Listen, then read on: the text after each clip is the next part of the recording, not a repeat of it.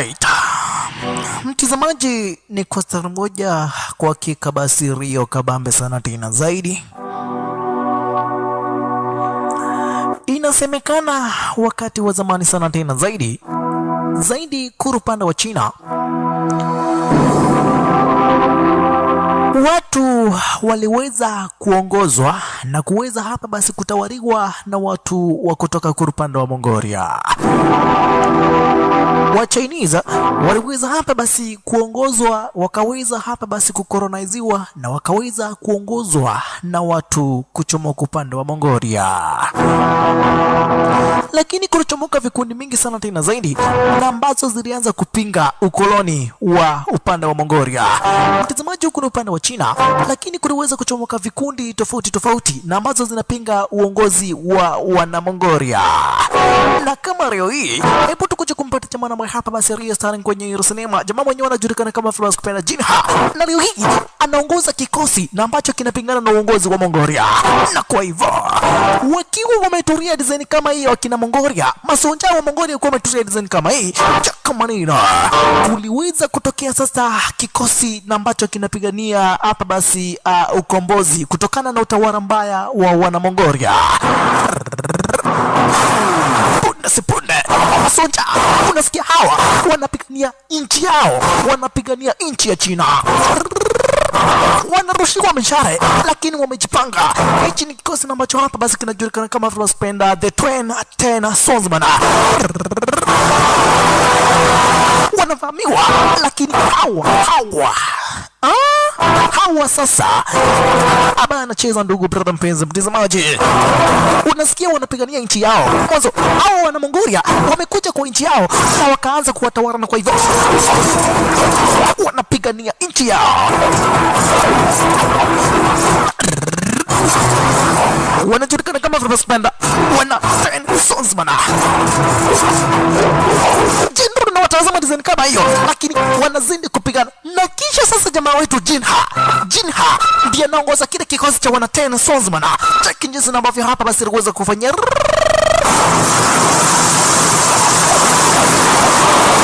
wote wakaliwa design kama hiyo. Yuaitwa Jinha, kiongozi wa hichi kikosi cha wana 10 Swordsman. Wana 10 Swordsman, unasikia hichi ni kikosi na ambacho kimeundwa kukabidhiana na kupigania nchi ya China kutokana na uongozi mbaya wa Mongolia. Wana Mongolia wamekuja wakaweza hapa basi kuwa colonizer. Yuaitwa Jinha, jamaa ambaye hapa basi Rio starring kwenye hero cinema. Wameweza kuangamiza wale masoja wote. Ina maana hichi kikosi sasa abana mchezo dogo brother mpenzi mtazamaji, kimeweza kuundwa kikosi cha watu 10 kinajulikana kama Florence Kupenda 10 Swordsman, kikiongozwa na jamaa wetu Jinha. Na hichi kikosi kinapigana kuweza kuondoa uongozi mbaya wa wana Mongolia upande wa China. Inakuja basi kutuintroduce kwenye hapa basi Kupenda title la sinema. Alikuwa hapa basi ni Bing Chun Mo ndilo title kamili la hii sinema. Alright, na baada jamaa wetu hapa basi kuweza kupigana, hebu tukuja kupata kamanzi fulani kwa jina la Suli. Kenyewe ndiko haka na Suli, unaona kuna mtoto wake area zenyewe hizi ndugu brother mpenzi mtazamaji. Suli ni haka kamanzi na jamaa wetu anatazama, lakini kutazama yule manzi kwa jina la Suli, jamaa wetu akaanza kukumbuka vile ambavyo hapa basi uliweza kupatana na huyu manzi. Jamaa wetu akaanza kukumbuka vile ambavyo hapa basi uliweza kupatana na haka kamanzi wakiwa watoto wadogo. Chakumanina, jamaa wetu aliweza kushtuka mwanzo huyu manzi ameweza kuolewa na kuna mtoto, lakini akaanza kukumbuka vile ambavyo hapa basi uliweza kukutana na huyu manzi wakiwa watoto wadogo.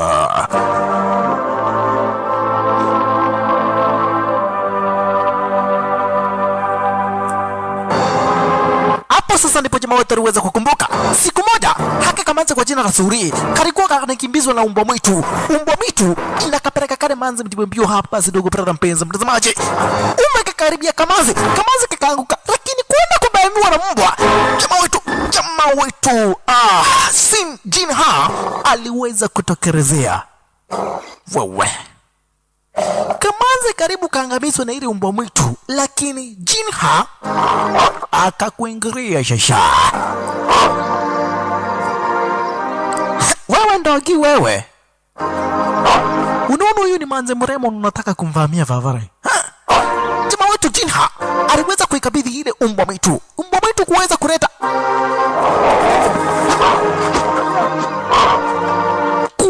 mambo yake huku.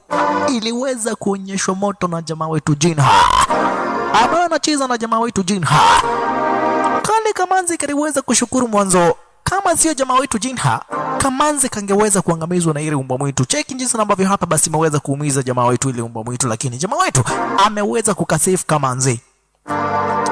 Wakaendelea hapa basi kukuwa na urafiki. Kamanzi akakonfirmisha anajulikana kama Roskmanda Suli. Jinha. Na mimi najulikana kama Jinha. Jamaa wetu Jinha. Hii yote kumbuka dogo program mpenzi mtazamaji, anakumbuka vile ambavyo hapa basi waliweza kupatana na huyu manzi. Na jamaa wetu Jinha alikuanga na anko yake. Huyu hanko sasa. Anko yake kwa jina la Kwak Jong. Huyu hanko shasha. Na alikuwa na mtrain jamaa wetu martial arts fulani kwa jina la Bichun. Unaona? Jamaa wetu alikuwa anatrainiwa na anko yake martial arts kwa jina la Bichuna. Siku nenda siku rudi, jamaa wetu basi akaendelea kutrena Bichuna. Huku basi Rutikano wanazindi kupendana na kale Kamanzi. Haka Kamanzi kanajulikana kama Roskmanda Suli. Wanazidi kufurahia design kama hiyo dogo brother mpenzi mtazamaji. Wakaendelea basi wakuwa pamoja. Huku wanapendana na kare Kamanzi kwa jina la Suri.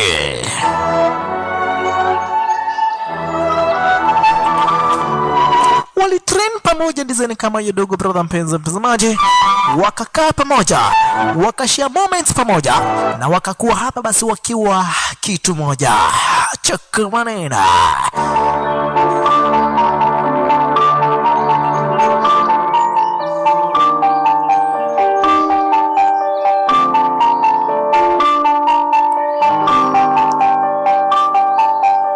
Ina maana mtazamaji, waliweza kukua wakiwa pamoja, huyu manzi wetu Suri na jamaa wetu Jinha.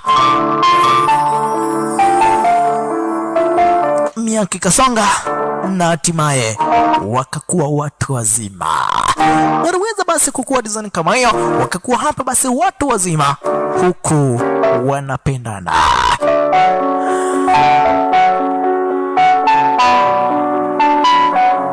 Mtazamaji, sasa ndio inaitangwa true love. Hii yani basi wamependana kutoka kwa watoto wadogo, wakaendelea hapa basi kukua design kama hiyo wakiwa wanapendana, na hata leo hii wakiwa wakubwa wanapendana. Lakini siku moja, kumbe huyu manzi wetu Suli, mamake aliweza kuiaga dunia.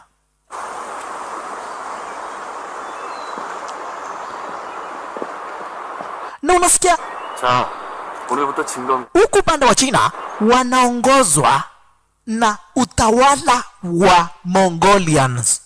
Wana Mongolia walikuja upande wa China na wakaweza kuwakolonize wa China. Na kwa hivyo mamake huyu manzi ameweza kuiaga dunia. Na kumbe sasa babake huyu manzi ni general wa wana Mongolia, General Frank kwa jina la General Taruga. Na unasikia mamake kama ameweza kuiaga dunia, na kwa hivyo babake kuna mabibi wengi ndio, lakini baada ya mamake kuweza kuiaga dunia, babake General Taruga, unaona huyu manzi anajulikana kama Roskmanda Suri, ndio ni Mchinese, mamake ni Mchinese, lakini babake ni Mongolians, na Mongolians ndio namba hapa basi wameweza kuwatawala wa China era zenye wezi. Na kwa hivyo babake ni general, ni mtu mkubwa sana tena zaidi serikalini ya kuru pande wa Mongolia, watu ambao hapa basi wameweza kuwakolonize wa China. Babake huyu manzi sasa, na babake ameamua kukuja kumkujia huyu manzi mwanzo. Babake aliweza kumuoa Mchina na akaweza hapa basi kuzaa naye huyu Suri. Na leo hii mamake Suri ameweza kuiaga dunia, na kwa hivyo babake huyu manzi ameamua kumkujia. Hapo sasa ndipo maana ambao hapa basi unaona Manze na sononeka design kama hiyo mwanzo. Hataki kwenda na babake mwanzo. Unajua babake ni Mongolian na Mongolians wanachukua sana tena zaidi huku pande wa China mwanzo. Wao wameweza kutawala huku pande wa China. Na hii iliweza kumhuzunisha jamaa wetu sana tena zaidi, jamaa wetu huyu Jinha. Na punde si punde ukweli wa mambo ni kwamba na kwetu walikuja sasa wale Mongolians wenyewe ndio hawa. Wewe toka kwa jia. Jamaa wote washangaa. Wewe nani mbona unashout? Si uniambie pole pole Vavarai. Si ndatoka tu kwa jia. Huyu sasa ndiye General Taruga, babake yule Manzi. Wamesikia mamake Manzi ameweza kuyaga dunia. General sasa nataka kuja kumchukua yule Manzi wake, yani binti yake, aweze kwenda na yeye kurupande wa Shaoxing, kurupande wa mjini, aweze kukaa na binti yake huko. Sasa mwetu uweza kuwapisha design kama hiyo. Anajua vizuri sana tena zaidi. Hawa wanaendea Suli, na Suli ni mpenzi wake jamaa wetu Jinha. Wanataka kumchukua wampeleke kurupande wa taoni kurupande wa Shaoxing. Sasa anko yake jamaa wetu ndiye huyu kwa Kijung, na namfuzaga jamaa wetu Bichun.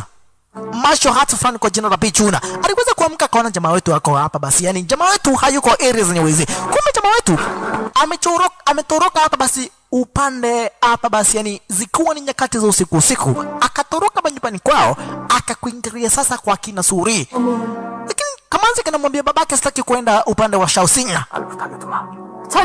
Sitaki kwenda upande wa Shaoxing dadi. Uliweza kutuachiria na mamangu kaenda kuoa mabibi wengine huko. Sai mamangu amekufa ndio unanikujia.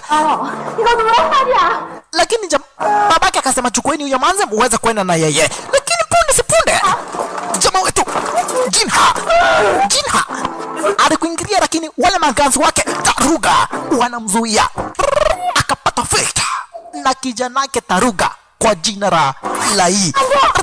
Manze akamwambia nani mkiangamiza huyo mtu hata mimi najiangamiza, akikufa na kufa. Jero akasema achaneni na yeye, kama ameamua kujiangamiza hebu achaneni na yeye tuone atafanya nini.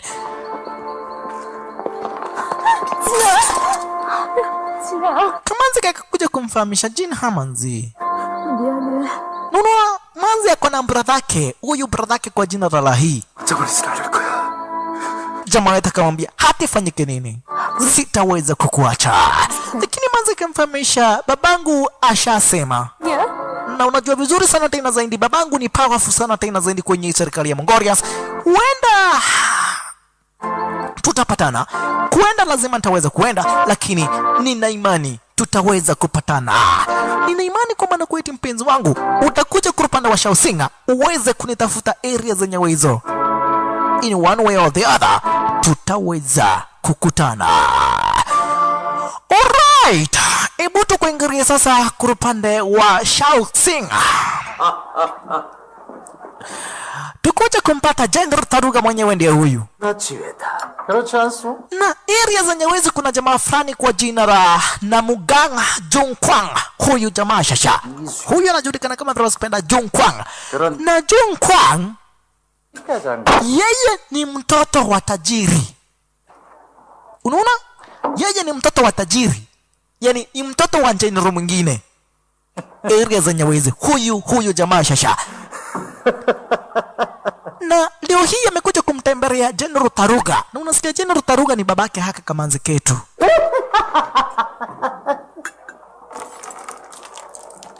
Sa huyu na yeye ni mjinga ndugu brother mpenzi mtazamaji. Yani ameweza hapa basi kukunywa kamnyoso mpaka kalewa. Unasikia anajulikana kama tunapenda Namugang Jungkwang, huyu jamaa chacha. Sasa aliwaambia nani mbona mmeboeka hivi? Wacha ni muweze kumchezea kamziki Vavarai muweze kuenjoy. Alright. Jungkwang akaamua kuwachezea watu kamziki chakamanina. Mpaka General Taruga anashangaa huyu jamaa rada yake bwana. Nimekuja leo hii hapa basi wewe mgeni wangu. jamaa kwenda kuanguka Kamanzi Ketu kakamshikilia. Kamanzi Ketu Suri, wewe mbona unazuia mziki yangu wewe? Wewe msichana mrembo unafanya nini hera zenyewe hizi? Nimeweza kuona wasichana wengi, lakini wewe wewe ni mrembo sana tena zaidi. Unaonaje nikiweza kukuchukua? Lakini Manzi aliweza kumpiga kofi. Hayai. Vavari, unajua Namgang Jongkwang ni nani? Huyu ni mtoto wa Sonko Dogo, brother mpenzi mtazamaji. Lakini Manzi wetu Suri aliweza kumpiga coffee design kama hiyo mwanzo. Yeye anaamini hakuna mwanaume ambaye hapa basi anafaa kumguza except jamaa wetu Jinha.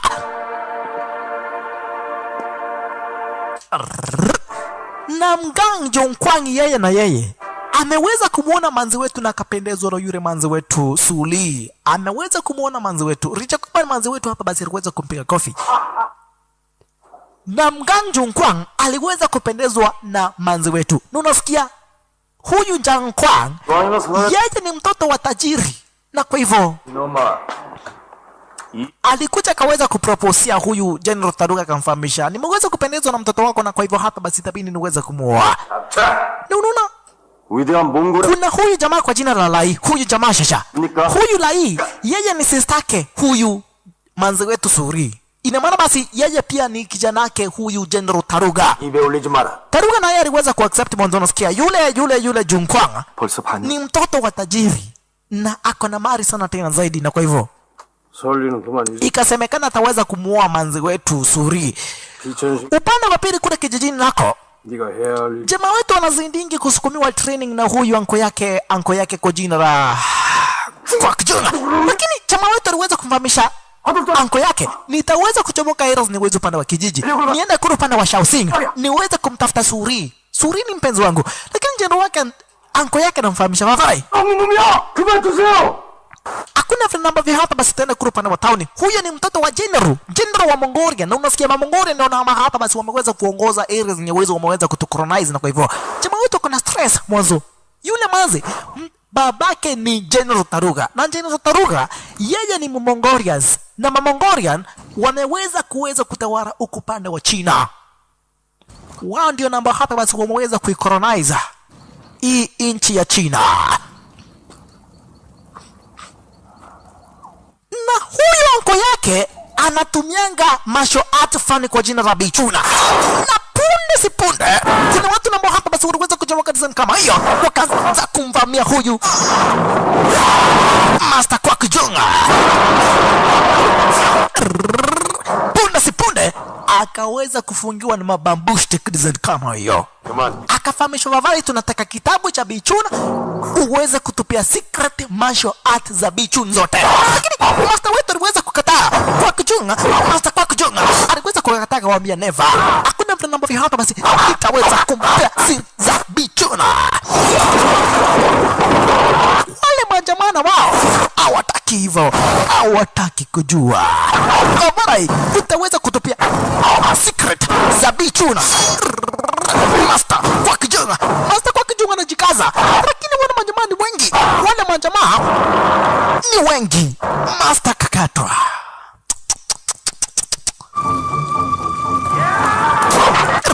Wale majamaa ni wengi. Master Kosoro Kwak Junga anakabidhiana na design kama hiyo, lakini master wetu aliweza kudungwa usoni. Wakamsukumia mausoni mingi dugu, brother mpenzi mtazamaji. Jamaa wetu kuingiria akapata anko yake anavamiwa, na kwa hivyo jamaa wetu akakuingiria na wale majamaa akamwambia Mavai, unadunga anko yangu nani? Unadunga master wangu, munataka nini? Anko yake kwa chini design kama hiyo. Munataka nini na anko yangu nyinyi? Munataka nini na anko yangu Mavai? Jamaa wetu Jinha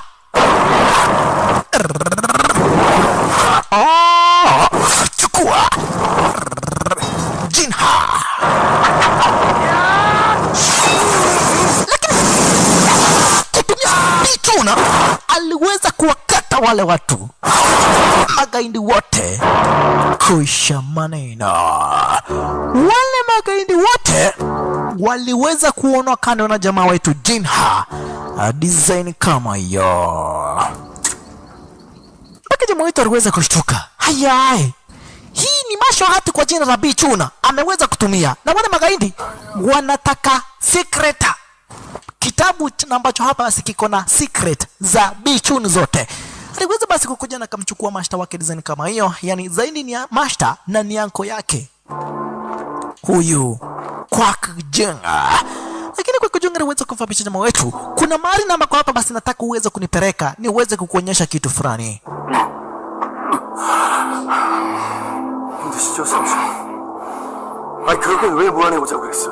Nataka uweze kunipeleka mahali fulani. Kuna kitu na ambacho hapa basi lazima niweze kukuonyesha kabla niweze kuiaga dunia. Kuna kitu na ambacho hapa basi ni lazima niweze kukuonyesha kabla sijaweza kuiaga dunia. Na kwa hivyo basi waliweza kufika design kama hiyo. Master kaanza kumwandithia jamaa wetu story, akamfahamisha wakati wa zamani sana tena zaidi. Hii ilikuwa inajulikana kama vile kupenda House U. Na huku pande wa House U, huku ndiko wazazi wako waliweza kuishi. Zaidi babako na mamako waliweza kuishi area zenye wizi. Babako alikuanga hapa basi ni mtu na ambaye hapa bishi alikuanga ni master wa Bichuna. Alikuanga hapa basi ni master swordsman. Lakini wakati mmoja aliweza kuvamiwa na masonja wake general na ambaye hapa basi alikuwa anaongoza area zenye wizi. Majenerali wa Mongolia waliweza kufikiria hapa basi babako atakuwa tisho kwenye utawala wao. Na kwa hivyo ikaweza kuvamia wazazi wako, na kisha hatimaye basi wakaweza kuangamiza wazazi wako. Mwanzo waliaminia wazazi wako wakitumia hapa basi kupenda Bichuna wataweza kutumia kudefeat uongozi wa wana Mongolians. Na kwa hivyo waliweza kukuja wakavamia watu wote na ambao walikuwa ngairo zenye wezi, ikiwemo wazazi wako. Mwanzo kwenye ile territory watu walikuwa wanatumia martial art kwa jina la Bichuna. Waliua masonja wengi ndio. Master Yu, babako, waliweza kuangamiza masonja wengi ndio, lakini wakaweza kuangamizwa na mishale na masonja wa Mongolia. Na hii yote ndio waweza kustop ile martial art kwa jina la Bichuna. Mimi na mwenyewe nilikuwa hapa basi ni special servant. Mimi sio anko yako. Umeishi kujua mimi ni anko yako, lakini nilikuwa special servant wake babako. Nilikuwa personal assistant wa babako, na babako baada ya kuiaga dunia nikaweza kukuchukua nikakutrain na nikakupea secret zote za Bichuna. Na kwa hivyo wewe ni mtoto wake Yu, na Yu alikuwa ni master wa Bichuna, na ilikuwa jukumu langu kukuchukua nikule na niweza kukusukumia training ya Bichuna na secret zote za Bichuna. Iyo ndilo lilikuwa jukumu langu. Nishaweza kuaccomplish barua changu. Ushaweza basi kutrain Bichuna, ushaweza kuielewa, na uko na zile secret, na uko na kile sacred book na ambacho hapa basi kiko na secret zote za Bichuna. Nishaweza kumaliza kibarua changu, na kwa hivyo wacha mimi niondoke. Master Kwak Jenga akaweza kuiaga dunia design kama hiyo, lakini ashamfahamisha jamaa wetu kweli wa maneno, akamfahamisha babako, wazazi wako, mamako, watu wenu wote waliweza kuangamizwa na utawala wa wana Mongolians. Mwanzo waliona ile martial art kwa jina la Bichuna ilikuwa hapa basi ni tisho kwa utawala wa wana Mongolians. Jamaa wetu kuweza kuamini wazazi wake waliweza kuiaga dunia, na leo hii anko yake na yeye ndiye huyo hapa basi vile vile ni kwisha maneno. Kamanzi nako kana zindingi kumgoja jamaa wetu siku nenda siku rudi. Kamanzi kana mgojanga jamaa wetu design kama hiyo, lakini kuna tisho. Huyu Namgang Junkwang, huyu jamaa shasha, unasikia ni mtoto wa tajiri, na kwa hivyo amempenda huyu manzi sana tena zaidi, mpaka wazazi wake huyu manzi, yani mpaka babake huyu manzi anataka kulazimisha huyu manzi aweze kuolewa na huyu Jung Kwang. Lakini huyu manzi kuna huyu brother yake kwa jina la Lai. Lai apendezwi na vile na ambavyo hapa basi mambo yanaendelea hizi zenyewe. 청혼을 거절해달라니. Babake sasa alikuja kumwambia manzi, wewe wajua mimi ni babako, nikisema naolewa na Jung Kwang, huyo ndiye ambaye atakuoa. Umesikia? Manzi, ina maana basi manzi aliweza kulazimishwa mpaka na babake akafahamishwa ataweza kumuoa huyu Jung Kwang. Ataweza kumuoa huyu Jung Kwang. Unaona, manzi wetu Usuli ako na brother yake kwa jina la Lai. Na Lai afurahishwi na kile kitendo cha manzi kuweza kulazimishwa kumuoa huyu Jung Kwang. Unaona? Manzi wetu anafahamishwa ataweza kumuoa Mgang Jung Kwang, lakini hapa basi afurahishwi. Jamaa wetu na yeye ashaweza kukuingilia huku pande wa Shaoxing. Na Namgang aliweza kumcheki jamaa wetu. Kumbe sasa baada ya General kusikia huyu jamaa wetu ndiye anafanya hapa basi manzi wetu akatae harusi yake iweze kuendelea na Jung Kwang. General aliamua kumtumia jamaa wetu assassins. Watu na hapa basi wanafaa kumwangamiza jamaa wetu shasha. Jamaa wetu akacheki akaona kuna watu na hapa basi wamekuja areas zenye wizi na wana nia nzuri na yeye. 비천신기가 목적이냐? Mnataka Binchun secret? Hapana. Hawa watu wanataka kumwangamiza jamaa wetu, lakini punde si punde Namgang Jung Kwang alikuingilia na kaanza kumsaidia jamaa wetu. Namgang Jung Kwang, 길이 노는 게 어때? yule jamaa ambaye hapa basi anataka kukawakale Kamanzi alikuingilia na kaanza kumsaidia jamaa wetu. Hana habari hawa watu wameweza kutumwa na babake Manzi waweza kumwangamiza jamaa wetu. Lakini hata hivyo Namgang Jung Kwang aliamua kumsaidia jamaa wetu, na kwa hivyo pamoja wakaanza kuwavamia wale assassins. Namgang Jung Kwang anawandaria design kama hiyo. Jamaa wetu na yeye jamaa wetu Jinha Vavaritoka na kisha kama kutumia secret za Bichuna. Chaka maneno, jamaa wetu Jinha aliamua kutumia secret za Bichuna, na kwa hivyo aliweza kuchomoa sound design kama hiyo kutumia secret za Bichuna. Check vile namba hapa basi jamaa aliweza kukamata, jamaa aliweza kupasua design. Check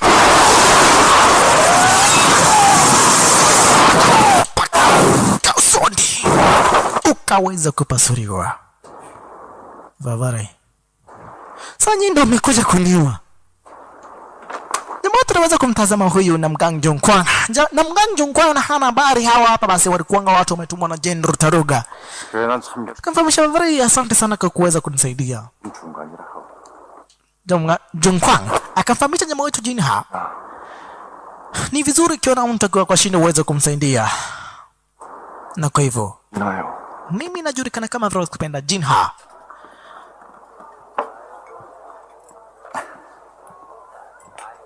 Asante kwa kunisaidia. Kwa hivyo basi walikuja kwenye ile hoteli sasa, wakaanza hapa basi kujuana pole pole, wakisukumiana kamnyweso. Huyu Jung Kwang hana habari. Manzi anamkataa kwa sababu anapenda jamaa wetu Jinha. Jung Kwang hana habari. Watu ambao wanajua hiyo information ni babake Manzi peke yake. Lakini huyu Jung Kwang hana habari. Yeye anazidi kubonga na jamaa wetu huku basi washaweza kukua mambeshi tena, kwa hivyo hapa basi wakaweza kusukuma kamnyweso design kama hiyo. Wakazidi kujuana manzi, wakakuwa mambeshi manzi. Jamaa wetu Jinha na huyu Namgang Jung Kwang wakazidi basi kukua mambeshi design kama hiyo.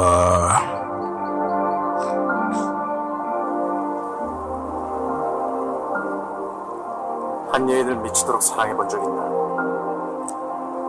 mpaka Namgang anamfahamisha manzi, 목적 없이 방황하던 내 인생. kuna kamanzi na ambako hapa basi nimetokea kukapenda sana tena zaidi.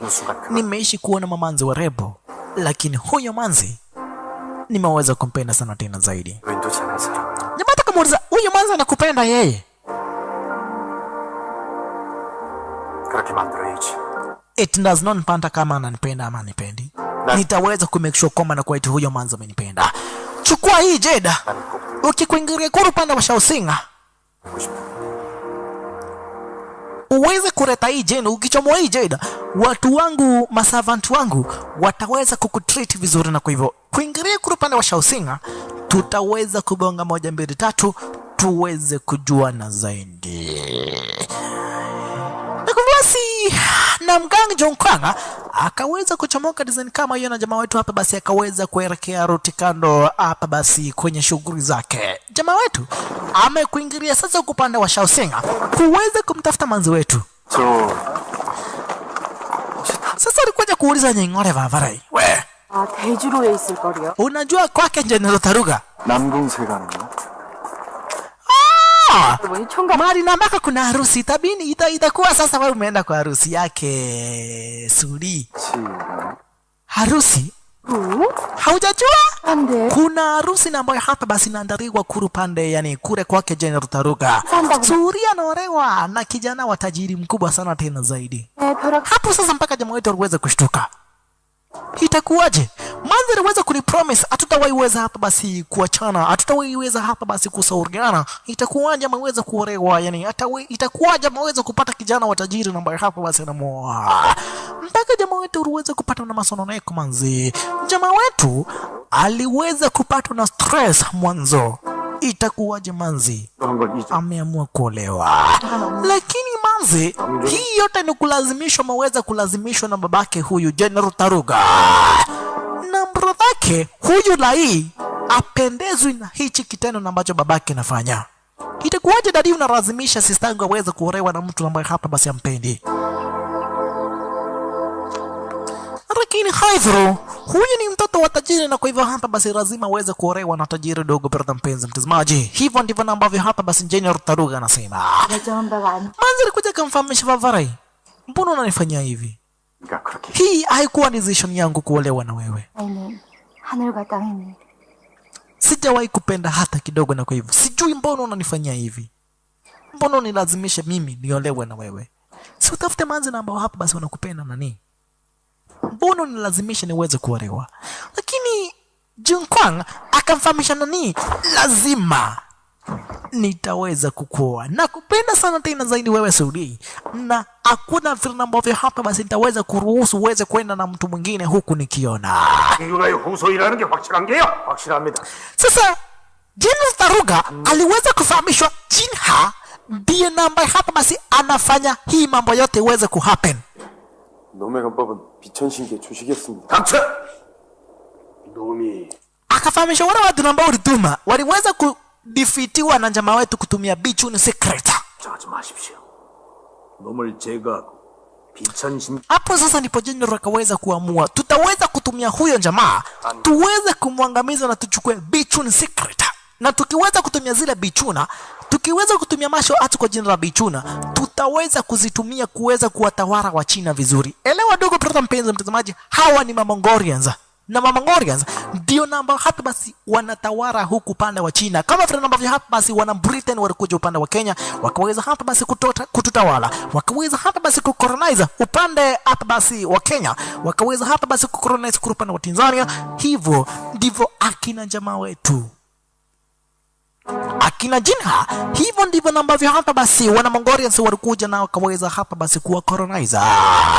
Lakini leo hii Lai amekuja kumtorosha sistake. Sasa wakakuja sasa kusalimiana na jamaa wetu. Hizi sasa ndio salamu za wanaume. Jamaa wetu Jinha na sistake yule manzi huyu Lai na jamaa wetu Jinha. Hizi mtazamaji ni salamu za wanaume. Wanaume mkipatana mnafaa kusalimiana hivi, si hata wanachukiana, hawachukiani. Imagine Lai amekuja kumtorosha manzi sistake, amuleta kwa jamaa wetu, na eti ndio salamu. Jamaa wetu Jinha, wewe Vavare unafaa kuwa na speed, unasikia?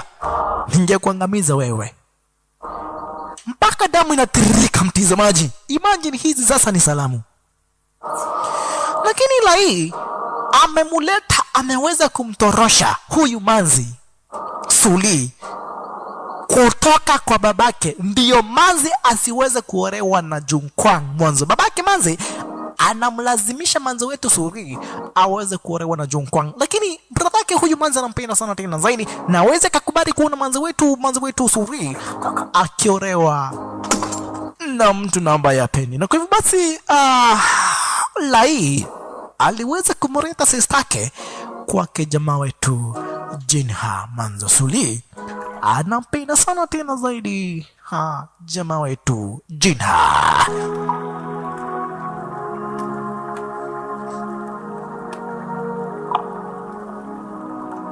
Na kwa basi walikuja wakatoria reason kama hayo. Hawa ni watu na madugu, brother mpenzi mtazamaji, unasikia wameweza kukua wakiwa pamoja kutoka wakiwa watoto wadogo, na leo hii washaweza kukua watu wazima. Na kwa hivyo hapa basi inafaa uolewe, lakini basi wako na differences.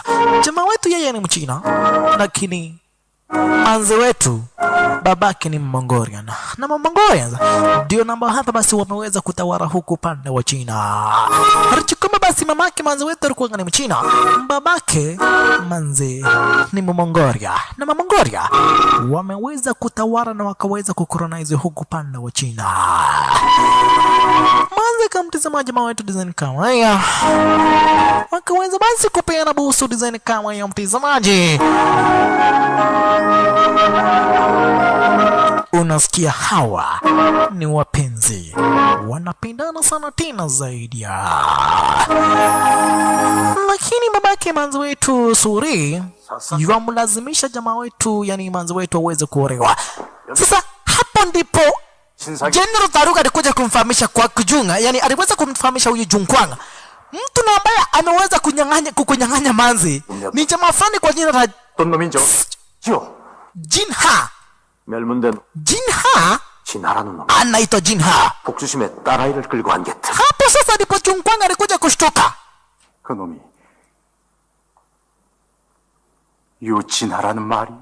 Jinha kijana ambaye alikuwa ni rafiki yangu ndiye ameweza kutoroka na bibi yangu. Bas jamaa wetu alikuwa anatembea mwanamanza design kama hiyo. Jamaa wetu aliweza kuchukuliwa na kama design kama yana kapeleka kurupana wa juu, lakini jamaa wetu kutumia bicho akaweza kukata ile kamba design kama hiyo kufika upande wa chini. Manze wake ameenda, ndio huyo manzi wake ameweza kuchukuliwa na wanajeshi wake General Taruga, na wanataka kumchukua zaidi. Ameweza kuchukuliwa na huyu Junkwang. Mpaka jamaa wetu aliweza kushtuka. Junkwang, wewe ndiye namba hapa basi unataka kumuoa huyu manzi kwa lazima. Nilifikiria wewe ni rafiki yangu. Manzi akaweza kugono design kama hiyo na akaweza hapa basi kupelekwa nyumbani. Sasa Junkwang akaja kumfahamisha Vavarai, sisi tulikuwa marafiki ndio, lakini inaonekana sasa destiny zetu ni tofauti. Siwezi nikakubali kuona mwanaume mwingine nampenda Surina, kwa hivyo itabidi mmoja wetu aweze kuishi. Kafahamisha Vavarai, ukiona umeshindiwa sana na huyu jamaa, songa kando tuweze kumshuti na mishale. Tutaweza kumpiga mishale. Ukiona umezindiwa, weza kusonga kando tuweze kumpiga huyu jamaa mishale. Hapo sasa ndipo kwa sasa ni kitanzi baina jamaa wetu Jinha na huyu Namgang Junkwang. Namgang Junkwang alikatharika basi wakikabidhiana na jamaa wetu Jinha. Walikuwa ngama best ndio, lakini sababu ya mapenzi wakaanza kupigania yule manze kwa jina la Suri. Sasa masoja wake General Taruga wakakurutikano hapa, basi wanajitazamia vita design kama hiyo. Vavare, siwezi nikakubali kuona mwanaume mwingine akimpa Suri. Mbona unapendwa nani? Mbona unapendwa nani? Mbona unapendwa Vavarai? Mpaka unatoroka na bibi yangu. Mpaka unatoroka na bibi yangu Vavarai. Mbona unapendwa Vavarai? Mpaka Junkwanga aliweza kusikia jamaa wetu sio mchache. Junkwanga aliweza kusikia zile bichuna, ile masho hati ya bichuna abana machezo na kwa Junkwanga kama ambayo hapa basi aliweza kufahamishwa, ukiweza kuzindiwa toroka tuweze kumshuti mishare. Jamaa wetu akafikiria anaweza kusarenda. Jamaa wetu kuanza kutumia bichuna, huyu jeno, yani huyu Junkwanga akaona vana nishaona huyu jamaa akitumia hii bichuna, kwa hivyo siwezi nikakubali aweze kutumia kwangu. Unajua vile na ambavyo hapa basi jamani hatari, akitumia hii bichuna ataweza kuniangamiza, na kwa hivyo Junkwanga akaweza kusarenda, akamwambia wewe tulia nani, tulia, kama manza ndio tunapigania.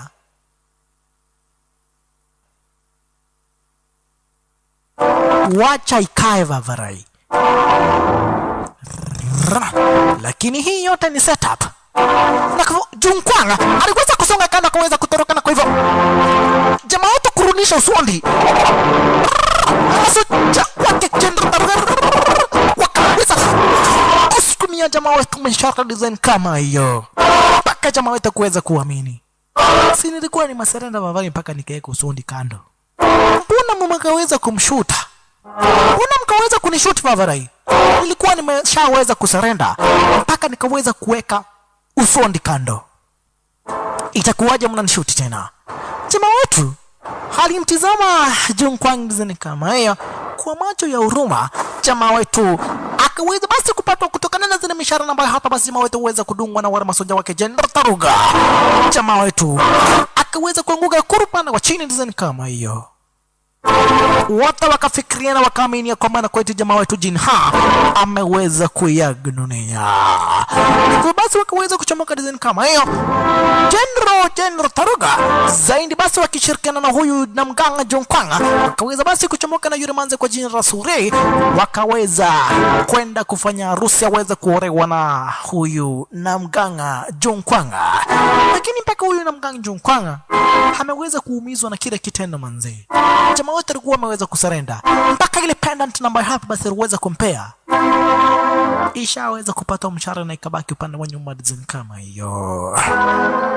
Manzi na yeye hajui imekuwaje, hajui kumeweza kutokea nini, lakini ashaweza kurudishwa kwa babake, na kwa hivyo itabindi aweze kumuoa Namganga Junkwanga.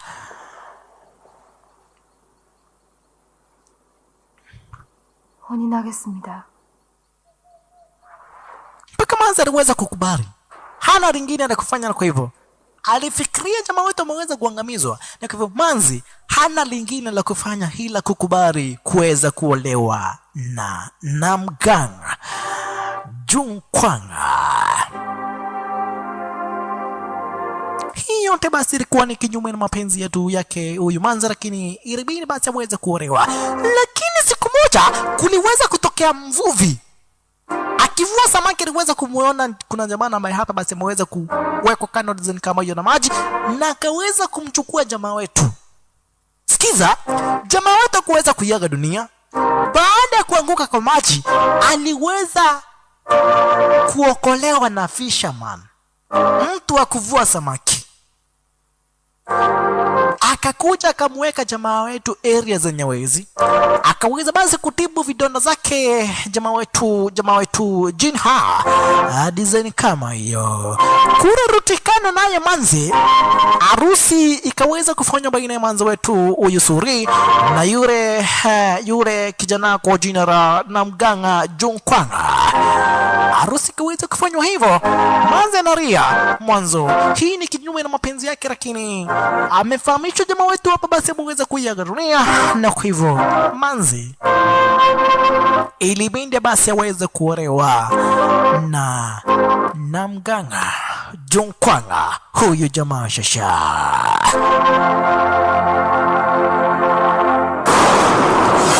Jamaa wetu na yeye baada ya kupona akamua neva. Nyinyi mliangamizanga wazazi wangu kwanza wewe General Taruga, wacha niweze kujisukumia training za Bichuna. Jamaa wetu Jinha akaweza basi kujisukumia training siku nenda siku rudi, huku akizindi kupona. Maweza kusaviwa na huyu fisherman kwa jina la Soso. Huyu fisherman anajulikana kama Philosopenda Soso. 평강으로 가시냐고요. Kama zinakorutikana basi kashaweza kuolewa na huyu Namgang Junkwang. 좀 시일이 걸릴 텐데 당신이 걱정이요. Hapo sasa ndipo 부음 땅의 자객놈들이 huyu Junkwang aliweza kukuja kumfahamisha manzi, mimi wacha nielekee kurupande wa Ting River. Acha nielekee kurupande wa Ting. Niko na mission ambazo hapa basi itabidi niweze kukamilisha hero zenye uwezo. Nikishaweza kukamilisha kibarua changu na mission yangu kurupande wa Ting River, nitaweza kurundi mpenzi wangu. Ntarundi. I'll be back as soon as possible. Nitaweza kurundi area zenye wezi. Jamaa wetu na yeye alikuingilia sasa area zenye wezi. Kila mtu anaamini jamaa wetu ameweza kuiaga dunia. Lakini jamaa wetu aliweza kurudi na jina lingine, akaweza kujipatia jina lingine. Anajiita Jahalang. Jamaa wetu ameweza kujipatia jina lingine, anajiita Jahalang, na ameweza kuwapa hawa wana Mongolian. Kwanza wewe General Taruga, wewe ndiye namba hapa basi uweze kuangamiza wazazi wangu. Wewe ndiye uliangamizanga wazazi wangu, ndio uweze kuongoza upande wa China. Nyinyi ma Mongolians mutaweza kupenda 이제 몽고의 영광은 역사의 전면에서 물러나. Huyu General na yeye anataka kuweza hapa basi kuexpand uongozi wake, aweze kuzitawala vijiji zaidi za huku upande wa China zaidi hapa basi mpaka aweze kuongoza upande wa Korea.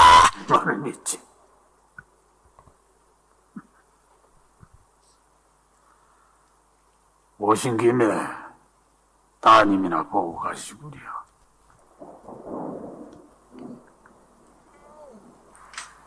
오라버님 여자인 소식이 없는지요? Alright. 뒤에서 봤다는 소식들은 그 말이다. 가보겠다. Unasikia manzo wetu huyu Suri ameweza kuolewa na huyu Namgang Junkwang. Na hii yote ameweza kulazimishwa na babake. Mtazamaji, si vizuri kuweza kulazimisha mtu olewe na mtu ambaye hapendi. Unaona? Kama mzazi ufai kulazimisha binti yako aweze kuolewa na mtu ambaye hapa basi hapendi hata kidogo. Hata kama ni pesa inasema, ndugu brother mpenzi mtazamaji, hichi sio kitu kizuri hata kidogo. Manzi wetu basi bado ameweka kare ka pendant namba kwa hapa basi waweze kupeana na jamaa wetu. Kila mtu kaenda na kanusu kake, ndipo basi waweze kukumbukana nako. Manzi wetu bando Suri hana muaminianga jamaa wetu huenda basi kuweza kuiaga dunia, lakini ashaweza lose hope. Lakini bando kutokana na yale mapenzi na hapa basi alikuwa nayo kwa jamaa wetu, anayekanga kare ka pendant bando. Hii yote manzi na jamaa wetu ameweza kurudi. Sikiza, jamaa wetu Jinha ameweza kurudi akijiita Jahalang, na mission yake zaidi ni kumwangamiza huyu General Taruga babake manzi kwa makosa ya kuweza kuangamiza wazazi wake. Yataka kumuona kando huyu basi ukipenda General Taruga, na kwa hivyo General Taruga akikuingilia kwa tempo aweze kuabunu design kama hiyo. Farasi kasikia ai kuna mtu, na si wogo, it is not a lie, kuna mtu. Kuna sepunde na mbao zikaanza kukuingilia design kama hiyo. Bodyguard wake General Taruga akaanza kuzikatakata zile mbao design kama hiyo, lakini mbao ni mingi zaidi zimeweza kurushwa na jamaa wetu akitumia bichu na martial art secret. Akakuingilia sasa jamaa wetu design kama hiyo. Wewe ndio uliangamiza wazazi wangu. Haya,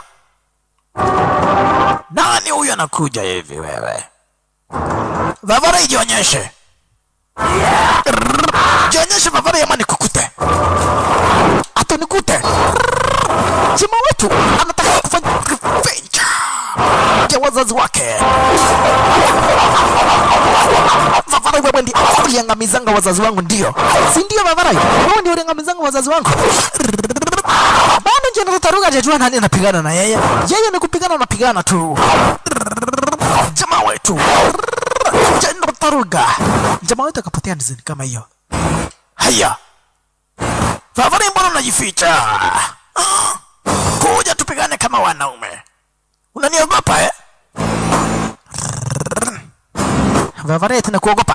Jamaa wetu alipingilia na kisha General akakatwa. General jamaa wetu kutumia bichu na secret. Bichu na martial art secret.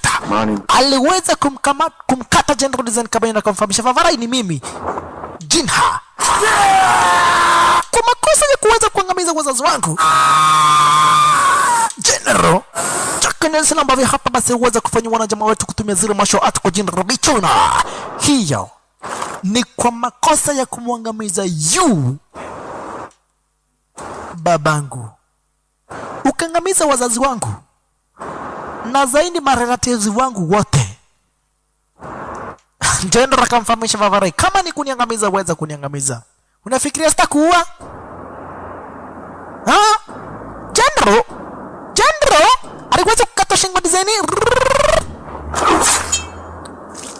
General kuisha maneno. General Taruga ashaweza kuangamizwa na jamaa wetu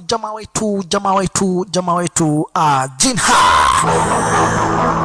Zaidi jamaa wetu bado aka kwenye chile kikosi cha wana Tennyson mwana.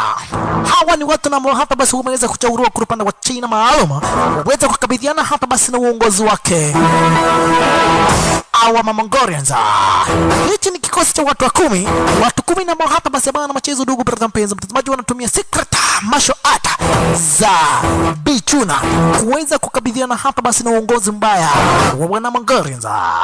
Zaidi hichi ni kikosi cha wana Tennyson kinaongozwa na jamaa wetu Jinha.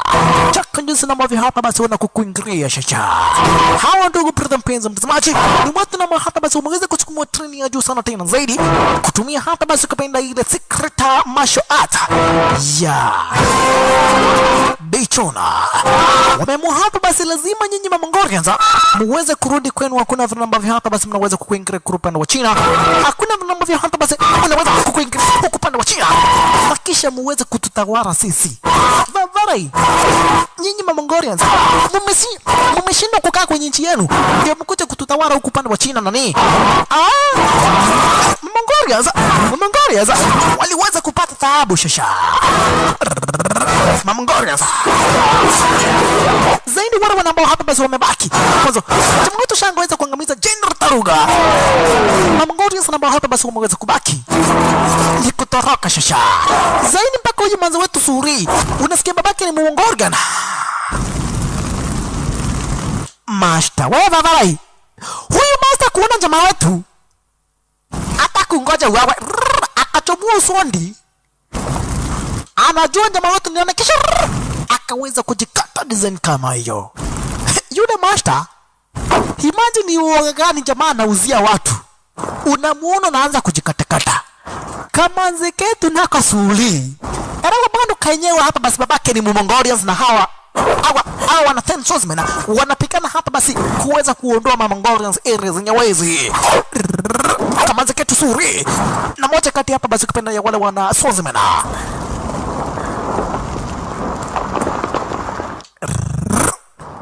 na kisha wakaweza kuretreat design kama hiyo. Manzi wetu anaka protect aka kijana yake mwanzo. Manzi wetu achaweza kupata mtoto. Hapo sasa ndipo manzi wetu aliweza kumuona jamaa wetu. Haya. Jinha hukuweza kuiaga dunia mpaka manzi wetu aliweza kushtuka. Na zaidi ya hivyo wewe ni muuaji. Wewe ndiye unaangamiza hapa basi Mongolians mpaka umeangamiza babangu. Manzi wetu aliweza kushtuka. Jamaa wetu na yeye aliweza kushtuka mwanzo. Vile vile manzi ashaweza kuolewa na kapata katoto manzi. Jamaa wetu Jinha manzi kuweza kutupa usoni design kama hiyo mwanzo. Ameweza kushtuka sana tena zaidi. Itakuwaje Jinha kuweza kuiaga dunia? Ndiweza kufahamisha umeweza kuiaga dunia. Kakijana kana mtizamaji design kama hiyo. Elewa, watu wote wanamjua jamaa wetu sasa kama Jahalang mwanzo, wanaamini Jinha aliweza kuiaga dunia. Jamaa wetu akaweza kuchomoka na kisha kukatoa kikosi chingine cha upande wa China zaidi. Elewa, wote wanapigania nchi yao, wanataka hata basi kuweza kuwaondoa wana Mongolians area zenye wezi. Kisha wakatumua kombora design kama hiyo. Hili ni kombora dogo brother mpenzi mtazamaji. Zaidi hichi kikosi kingine kinaongozwa na Baek Seong. Unaona? Kinaongozwa na jamaa fulani kwa jina la Baek. Ndiye namba hapa basi anaongoza hichi kikosi kingine.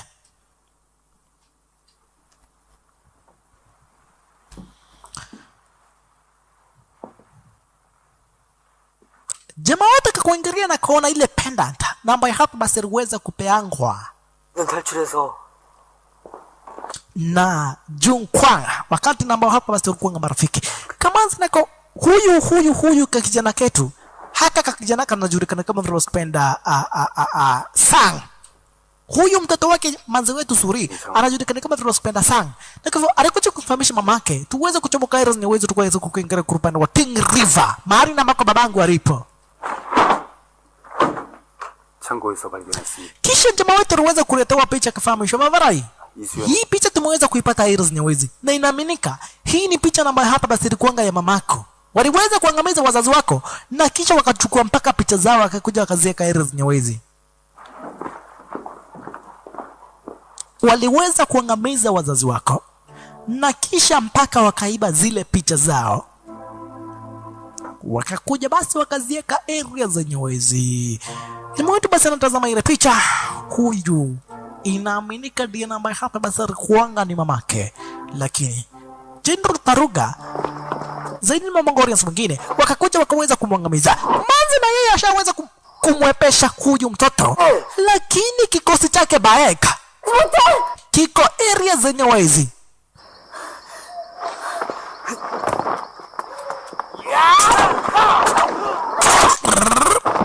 Wakaanza kumvamia manzi shasha. Wanataka kumchukua huyu manzi mwanzo. Jamaa wetu amepeana orders manzi aweze kuchukuliwa. Ako na maswali kadha wa kadha ambazo hapa basi anahitaji kumweza kumuuliza huyu manzi. Lakini manzi shaweza kuepesha mtoto. 이 정도 일에도 허둥들 만큼 정신들이 없나. 이런 몽고의 집을 방 안에 편안히 모셔뒀으니 다 유조장. Na kisha jamaa wetu kuweza kupeana orders. Fuateni huyo kijana ambaye hapa basi mweze kutoroka, muweze kumkamata. Ravaraye 애들이 쫓아갔으니까 꼬마 걱정은 마시게. Fuateni huyo kijana na muweze kumkamata. Kijana akiweza kutoroka kama hiyo mbio mbio, kumbe sasa amefuatwa na masonja wa kikosi chake Baek. Kisha wakamtupia tu Ninja Stars na kisha wakamkamata, lakini punde kuna jamaa ambaye hapa basi aliweza kuingilia kama hiyo, akamwokoa yule kijana. Na nikufahamisha kinagobaga dogo brother mpenzi mtazamaji. No, anatumia bichuna. Huyu nikufahamisha kinagobaga dogo brother mpenzi mtazamaji. Ni jamaa wetu Jinha. Ndiye ambaye hapa basi amekuja amekuvalia mask design kama hiyo. Akakuja kamuokoa kijana. Kijana mwenye wanajulikana kama Rospenda Sang. Unasikia ni mtoto wake Suri.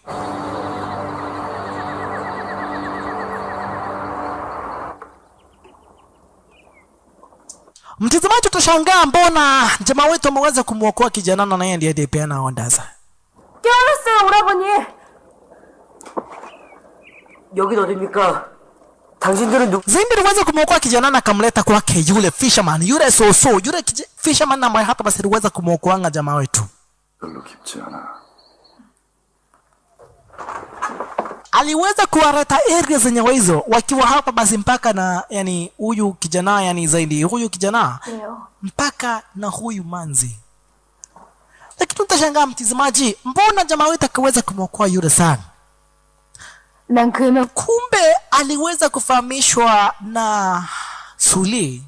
Jamaa wetu Jinha aliweza kufahamishwa na Suli kwamba anakuwa eti 제발 Jinha 그랜 yule Sang ni mtoto wangu na wako. Kumbuka wakati na hapa basi niweza kutorokanga, nikatoroka babangu, nikaweza kuletwa kwako na Lai. Unakumbuka hiyo siku? Huyu sasa Sang sio mtoto wake na Mgang Jungkwang. Huyo Sang ni kijana yetu. Mimi na wewe ndiye babake Sang. Mpaka jamaa wetu aliweza kushtuka. Itakuwaje Vavarai? Elewa mtazamaji, mamanzi wanaweza kufanyia hesabu ya 10-0 mdogo brother mpenzi mtazamaji. Bwana anacheza na mamanzi. Kumbe pande wa Ping River nako huko sasa ndiko Namgang Jungkwang aliweza kukuingilia shasha.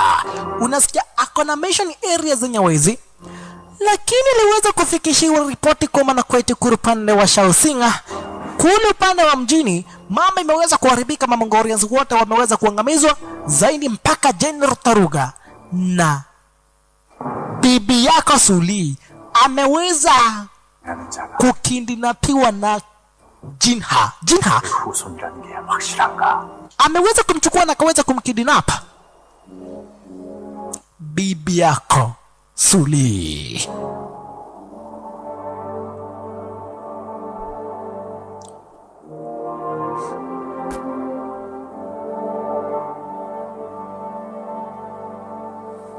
속 나들어가겠다.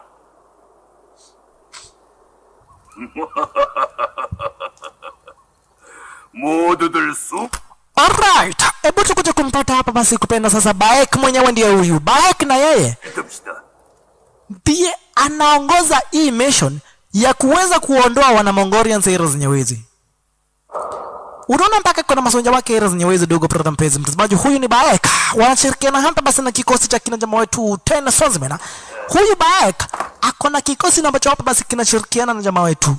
Peke jamaa wetu mwenyewe ndio unaona hapa basi kwa heroes nyewezi. Jamaa wetu ako area zenye wezi mwanzo. Hawa wote nia yao yote ni moja, kuweza kuwachomoa wana Mongolians area zenye wezi. 뭐냐를 생각하나? Sasa huyu na yeye kijana wake Baek alikuja kamuuliza jamaa wetu, si niweza kuchukua yake kamanze kwa jina la Surini enda nikakasosi huko upande wa juu kwenda Vavarai. Huyo ni bibi yangu na musiweza kucheza na yeye. Umesikia? Jamaa ataweza kuchomoka design kama yeye amekasirika sana tena zaidi mwanzo. Itakuwaje nataka kwenda na bibi yangu huko pande wa juu kaende ukamfanyie mambo na ambayo hapa basi yaeleweke. 연락입니다. Hapo sasa ndipo jamaa tulikuja kafahamishwa unaitwa na manzi fulani kwa jina la Yao Jin. Yao Jin mwenyewe ndiye huyu manzi shasha.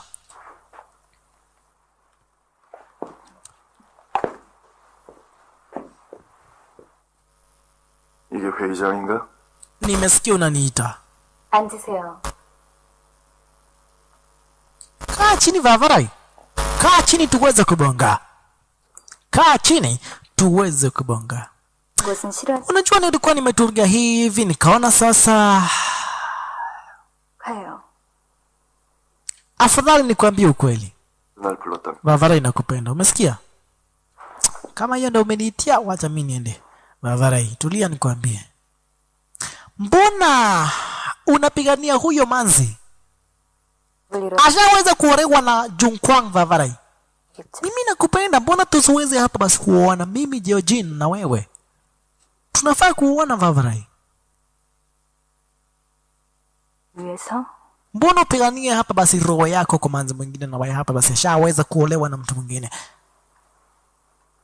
아니면 I love you. 날 위해 싸워줄 수도 있는. Nahitaji tukae pamoja Vavarai. Lakini jamaa wetu alifahamisha Vavarai. I'm not interested. 당신을 위해서는 아니야. Not for you. Mimi sio wako. Mimi sio wako, enda ukatafute mtu ambaye hapa basi anakupenda Vavarai. Mimi sio wako. Lakini katika kwanza ya jina kanampenda jamaa wetu sana tena zaidi. Alright. Hebu tuchomeke zenye wezo dogo prata mpenzi mtazamaji, tukuja kupata sasa huyu kijana kwa jina la Sang. Unasikia sasa huyu Sang ni mtoto wake Suri na Jinha. Lakini yani 아직 huyu Sang ni mtoto wake Suri. Suri aliweza kuolewa na Junkwang, lakini babake halisi huyu Sang ni jamaa wetu Jinha.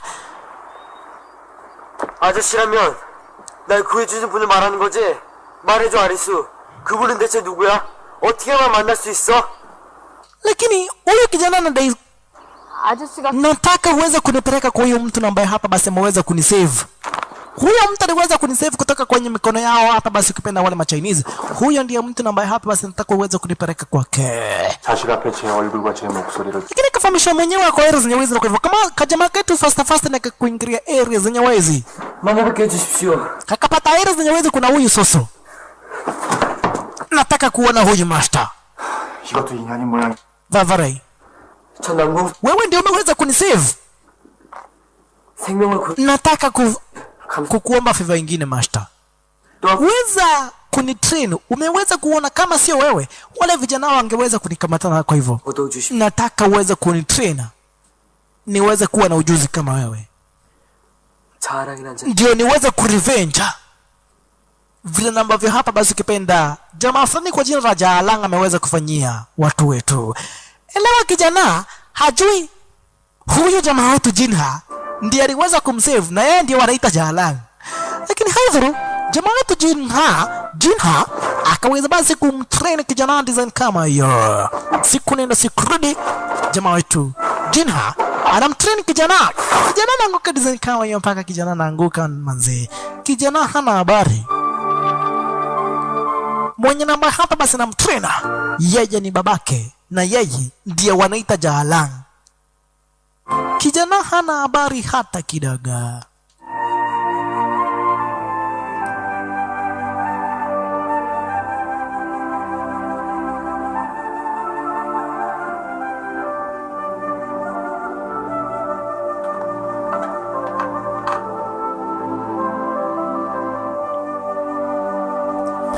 Alright.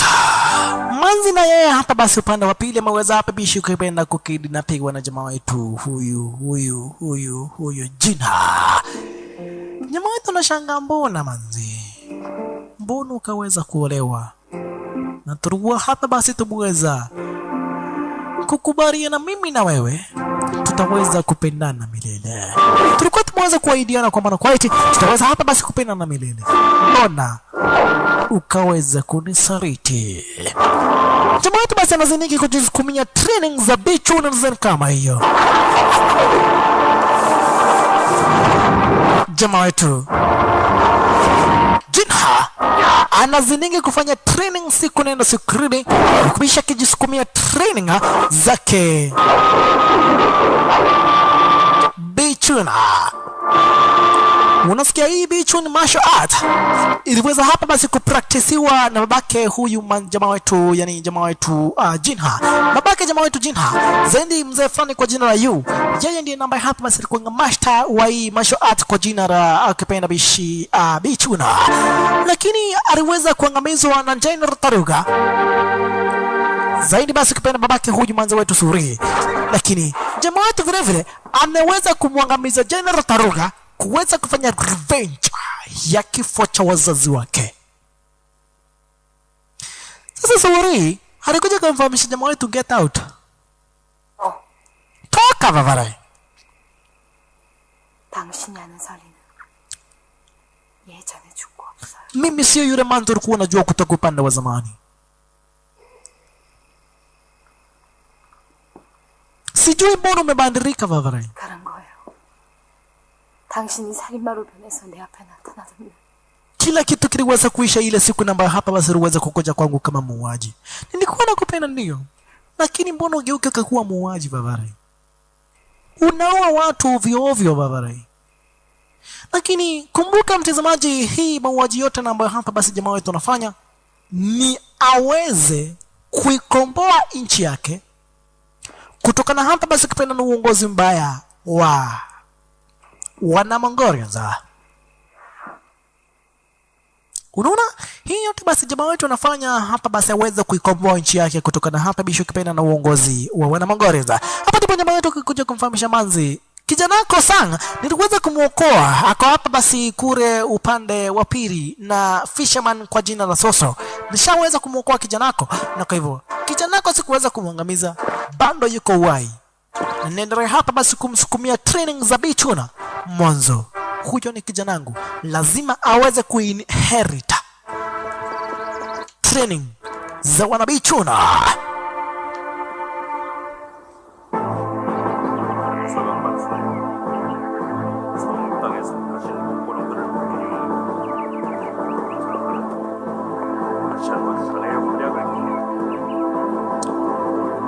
Alright, jamaa wetu basi kupenda huyu Jinha wakaweza hapa bisho kutumwa na huyu Baeka kwenye mission ya kuweza kuangamiza na kuondoa wale Mongolians wote na ambao hapa basi wako upande wa China. Lakini baada jamaa wetu kuweza kuchomoka, Manzi alikuja mari na makomanzi alikuanga kukaweza kuchomwa. Na kisha Manzi kaweza kutoroshwa. Jamaa wetu kaletoa habari akafahamisha Vavarai 맡은 책임을 잊지 않도록.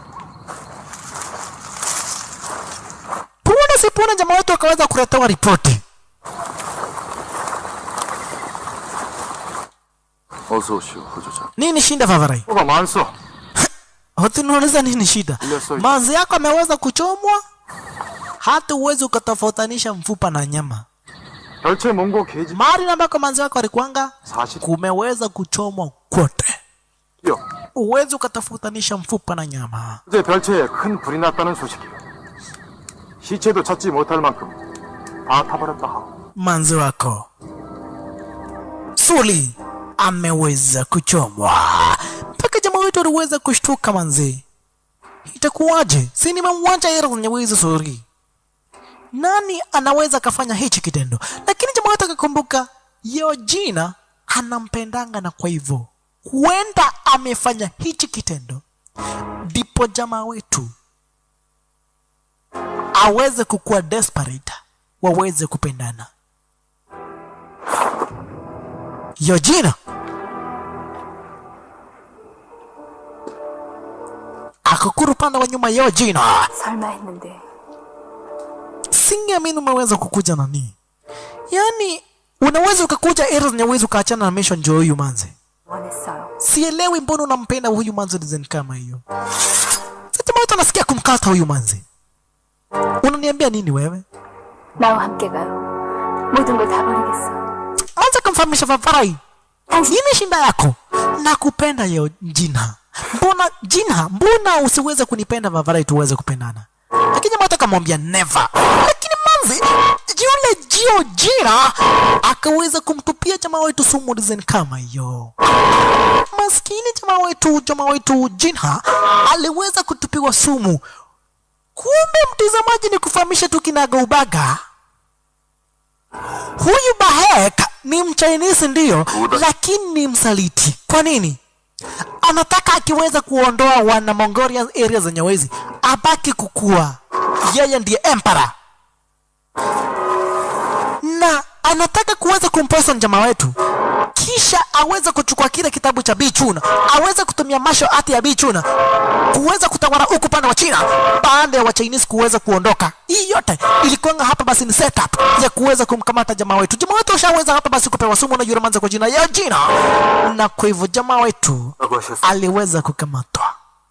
Wale members wengine wa Ten Swordsmen wakafahamu jamaa Vavarai. 틀림없이 몽골은 Master wenu ameweza kupoisoniwa na yani master wenu aliweza hapa basi kuenda kumvamia Bahek 수준할 텐다. na akaweza kukamatwa na kisha hapa basi akaweza kuangamizwa. 터놓고 얘기. Alikuwa msaliti, alienda kumvamia kiongozi wa hapa basi wana revolution wa China, kisha akaweza kukamatwa 유능한 새 조장이 필요할. na akaweza kuangamizwa. Unaonaje? 어떤가? Si tukuchagua ukuwe sasa wewe ndio kiongozi mpya wa wana Ten Swordsmen.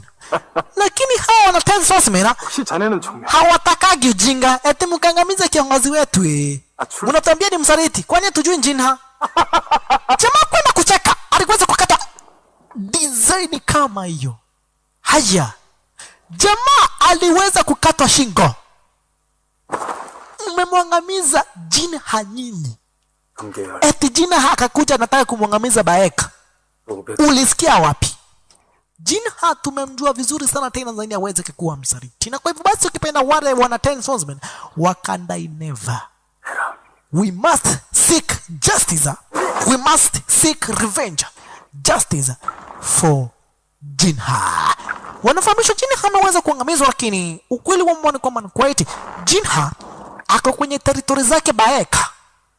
너를 거둘 자는 없. Bahek 목숨이라도 부지하고 싶으면 비자. anataka martial art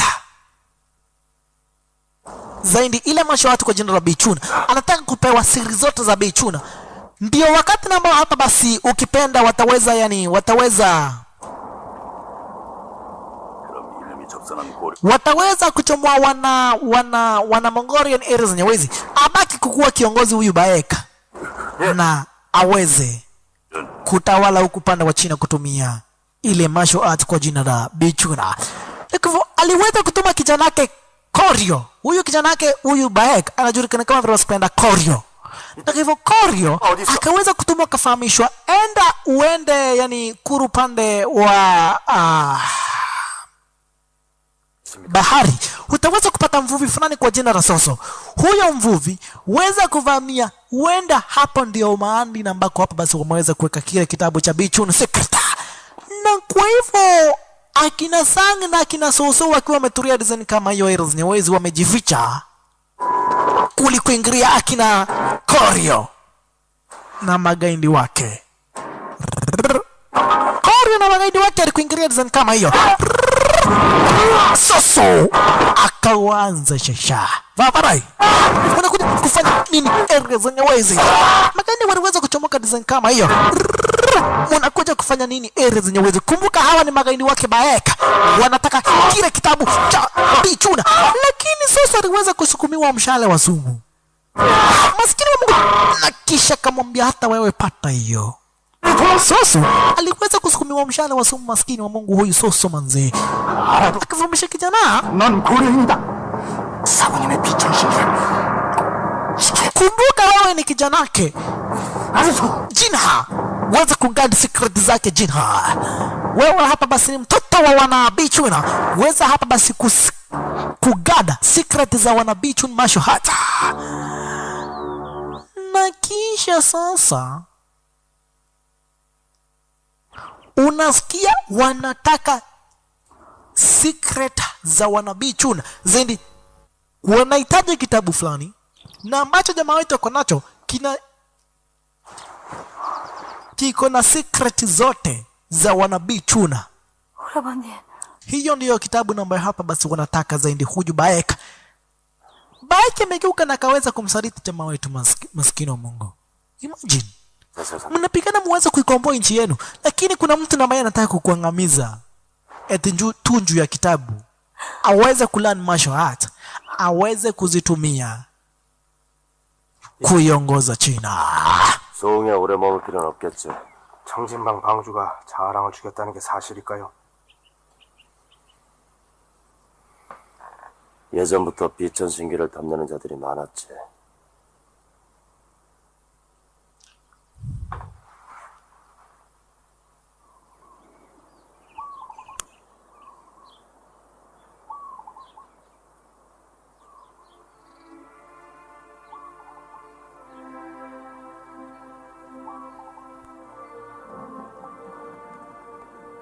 오라버니, 죄송해요.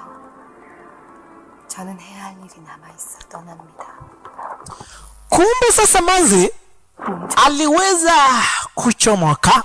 Manzi wetu huyu basi ukipenda Suri aliamua ataweza kumwangamiza Baek. Wewe ndiye inasemekana umeweza kumwangamiza bwanangu Baek.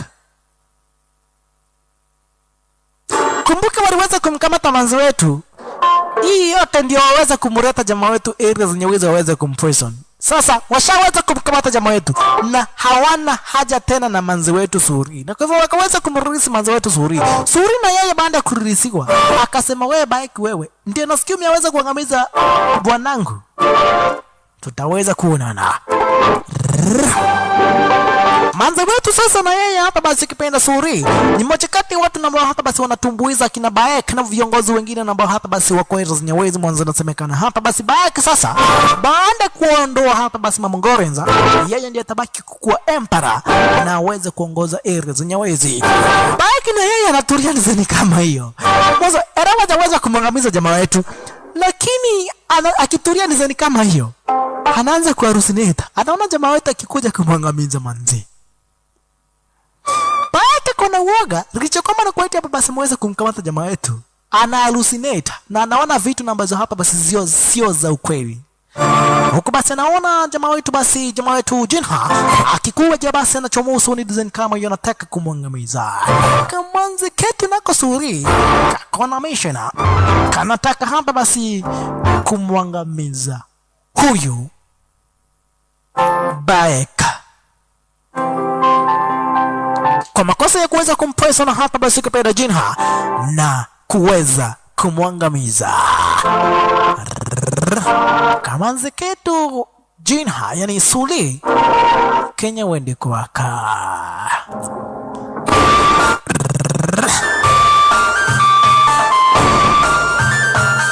Kakaanza sasa kudance backbencher. Kakaanza kudance backbencher ndani ya S-Class.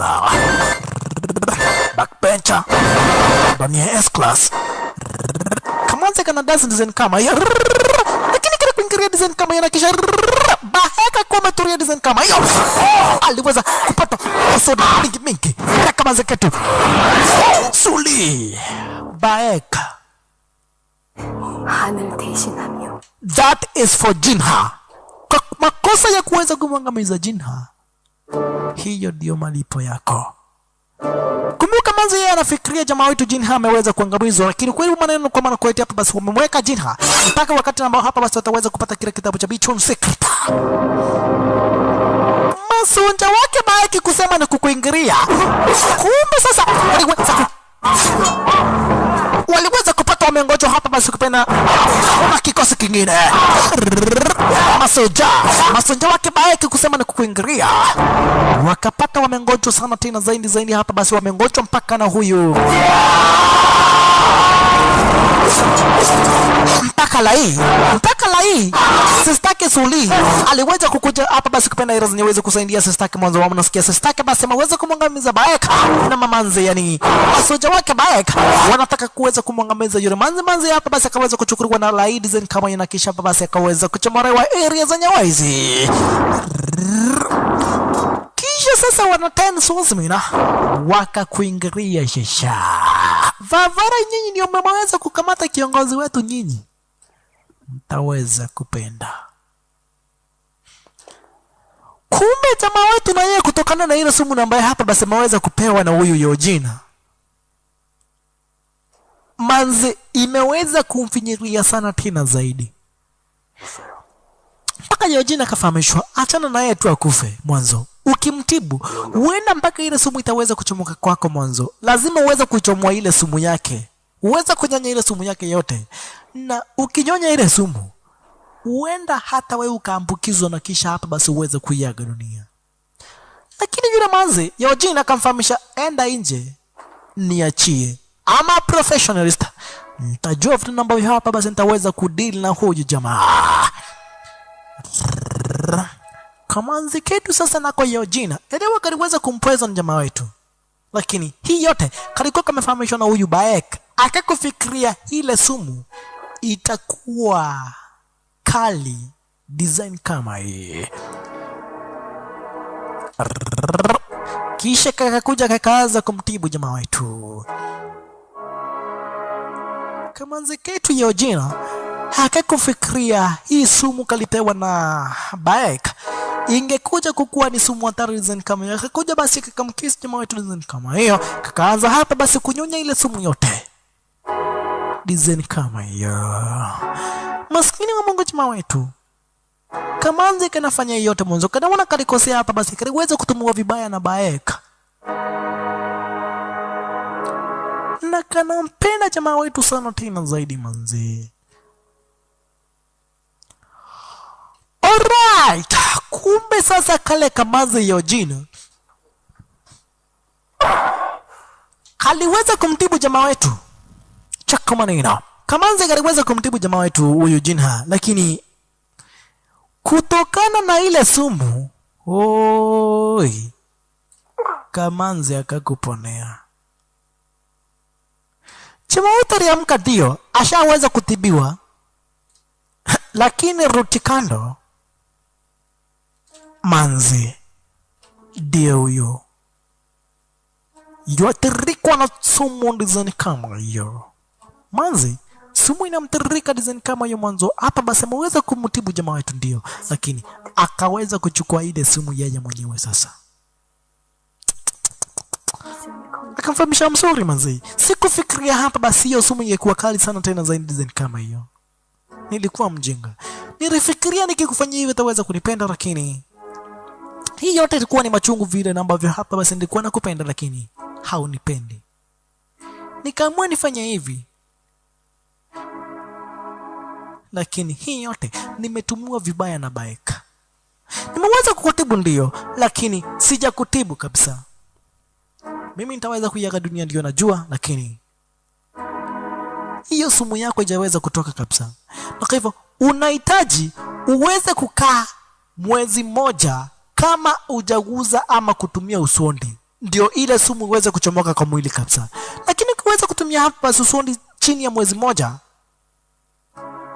ukitumia huu usondi chini ya mwezi mmoja, ile sumu haitaweza kupona na uenda ule ugonjwa wako hapa basi wa ile sumu ukaweza kukuangamiza. Kumbe sasa Koryo na yeye baada ya babake kuweza kuangamizwa alibaki na ile mission ya kuweza kuchukua hichi kitabu cha wanabii Chuna. Aliweza kuleta kwa kijana ndiko namba kwa hapa basi kilikuwa kamepewa ile kitabu ya Bichuna jamaa wetu, na kisha hapa basi akaweza kuchukua, akasema babangu hichi ndio kitabu liniambia nichukue, lakini punde si punde nani huyo jamaa wetu Jinha. Vavari uliweza kupewa sumu wewe, umetoka wapi? Jamaa wetu sasa cheki jamaa wetu Jinha, cheki jinsi ambavyo hapa basi aliweza kuwafanyia shasha. Akina Kyorio hayai Kyorio, kile kitabu eka kando. Kyorio alikuwa anataka kuweka, lakini kile kitabu kikawekwa kando na kisha wakaona jamaa wetu amekuikiria na wana machezo nani. Akina Kyorio wakatoroka design kama hiyo, ndio wakatoroka. Lakini jamaa wetu vile vile, kumbe ile sumu inamuaffect. Alikuwa ameweza kufahamishwa kwa maana kwa hapa basi asiweze kutumia usondi kwa muda wa mwezi mmoja, lakini ilibidi aweze kwenda kuokoa kijana wake huyu Sang mwanzo. Kijana wake angeangamizwa na huyu Koryo. 뭐? 지금 뭐라 그랬어? Hapo sasa ndipo kijana akakuja kufahamishwa habari. 거짓말. Huyu sasa 사부가 아니야. Jinha 사부 살? ndiye unamuitanga Jahalan na ni babako. 쟤한테 그러면 안 돼. Upende usipende, 아저씨. huyo ndio babako manzi. Wewe ni damu yake Bichuna, na ndio maana unaona hapa basi uweze kupewa kile kitabu cha ulipewa kile kitabu cha Bichuna uweze kukichunga. Ina maana basi Jinha ama basi kipenda mwenye namba unamuitanga Jahalan, huyo sasa ndiye babako mwenyewe. Kijana aliweza kushtuka ndio, lakini atafanya nini wala atatenda nini mwanzo? Babake ni Jinha, ashaweza kujua sasa damu yake ni ya Kuru panda kwa China. Babake ni Jinha. Koryo na yeye alikuja kapata wazazi wake, yani zaidi babake ameweza kuangamizwa na yule manze kwa jina la Suri. 예. Akafahamishwa Suri aliweza kuchukuliwa na raia, akakwenda hapa basi akaweza kuchomorewa ile nyewezi, wakaweza kuelekea hapa basi tofauti, sehemu tofauti. 자하랑은 식은 죽 먹기 때문에 이번 Akasema sasa tafuteni huyo, 기자님께서 tafuteni huyo Suri. Tukiweza kupata Suri itakuwa ni rahisi sana tena zaidi kuweza kumpata Jinha mwanzo. Jinha atakuja kumwokoa Suri. Lazima tuweze kumake sure kwa maana kwa hii mission ambayo hapa basi babangu Baeka aliweza kuanzisha, lazima nimeweza kuimarizia. Licha kwamba kwa maana kwa hapa basi babangu aliweza hapa basi kuiaga dunia, lazima mimi kama Koryo kijanake nitaweza kuimarizia. Lazima nitaweza kuchukua hapa basi kupenda zile secret za wana Bichuna na kisha niweze kuongoza nazo huku upande wa China, wakati namba hapa basi tutaweza kukonka na kuweza kuwafukuza wana Mongolian wote huku upande wa China. Jamaa wetu na yeye 쉬십시오. anazidi basi kupokea matibabu, yani anazidi kupona ile sumu yake na ambayo hapa basi aliweza kuposaniwa na hiyo jina.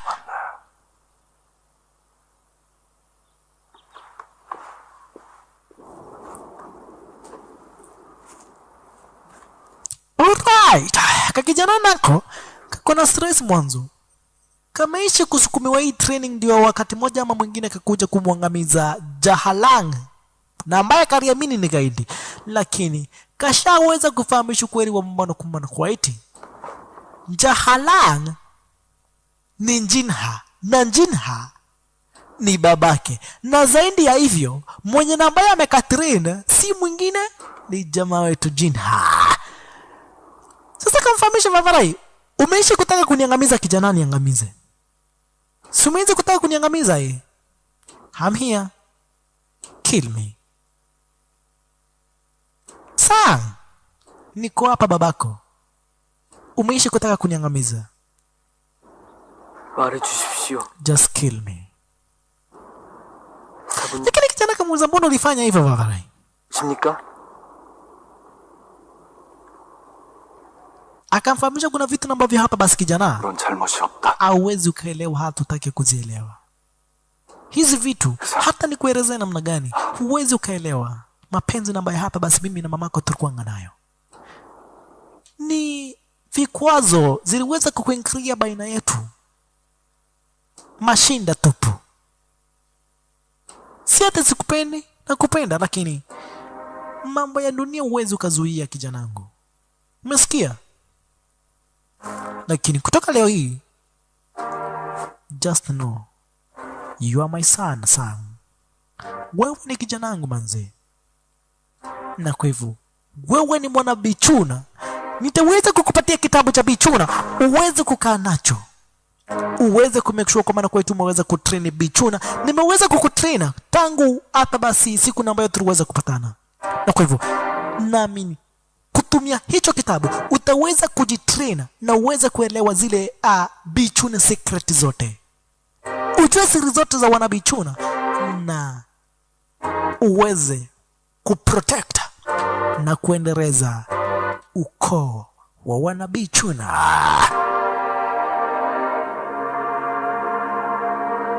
Walikuja kukumbatiana design kama ya dogo brother mpenzi mtazamaji. Zaidi finally washaweza kureunite baba na kijana wake manzi.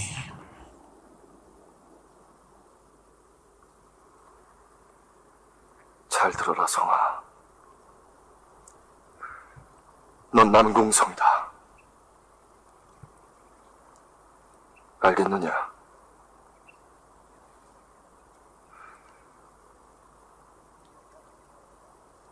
따라오너라.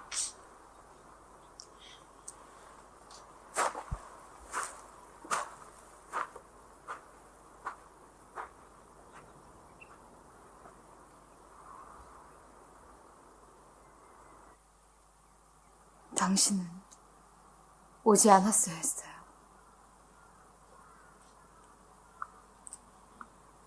무슨 말을 한 거야? Alright, kumbe sasa na yeye na mganga Kwang aliweza kuchomoka kurupanda kwa Ting River, akakuja sasa huku pande wa Shao Singa kuweza kumcheki bibi yake, lakini bibi yake alikuja kumfahamisha kweli kwa maneno kwa maana kwa eti 성희는 당신의 아들이 아니에요. Sang sio kijana wako, Sang sio mtoto wako. 사람의 핏줄로 Sang niliweza kumzaa na Jinha. Wakati nambao hata basi niliweza kutoroka kutoka kwa babangu nisiweze kuweza kuolewa na wewe. Mimi nilikuwa namchukia sana tena zaidi wewe na babangu, na nilifanya hicho kitendo kuweza kuwapunish wewe na babangu kwa kuweza kunilazimisha kuolewa na mtu ambaye hapa basi sipendi. 알고 있었어. Lakini Manzi alishtuka. Kwa nini? Njunu Kwang alimfahamisha Manzi, nilijua hiyo yote. Nimeishi kujua Sang sio kijana wangu tangu siku ya kwanza. Nilimulea ndio, lakini nimeishi kujua sio kijana wangu. Na nilifanya hivyo mwanzo, nilifikiria enyewe niliweza kudeserve. Niliweza kufanya makosa na niliona nilikuwa hapa basi nastahili hiyo punishment. Mwanzo sikufanya vizuri hapa basi kukuweza kuoa kwa lazima. Na zaidi ya hivyo nikaweza kuua juu ya mapenzi. Nakumbuka vile ambavyo hapa basi tuliweza kumwangamizanga, yani tukaweza kumfanyia Jinha, tukaweza kumpiga mishare. Nakumbukanga ile macho ambayo alikuweza kuniangalia nayo wakati ambao hapa basi alikuwa anaanguka kwa mto. Alikuwa shaweza kusarenda, aliniangalia na macho ya huruma. Na mimi hata hivyo nikakuchukua nikakuoa kwa lazima, nikakulazimisha kuolewa na mimi.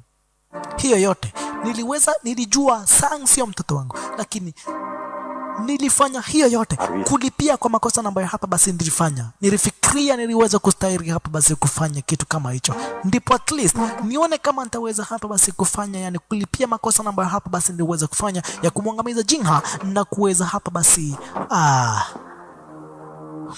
kuoa kwa lazima.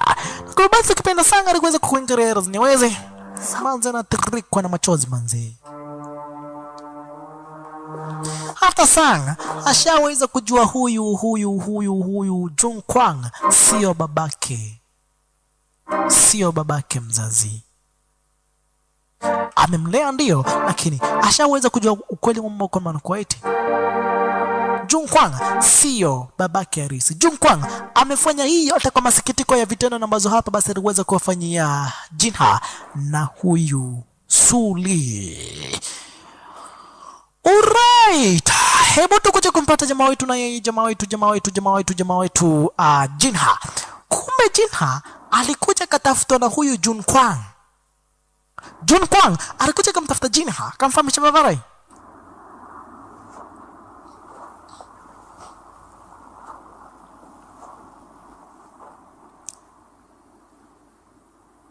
오랜만이구나, 지인아. 긴 말은 필요 없겠지. Wakati mwingi umeweza kuisha, na kwa hivyo itabidi tuweze kumalizia kibarua mahali tuweza kuachia. Nampenda yule manzi ndio, lakini siezi.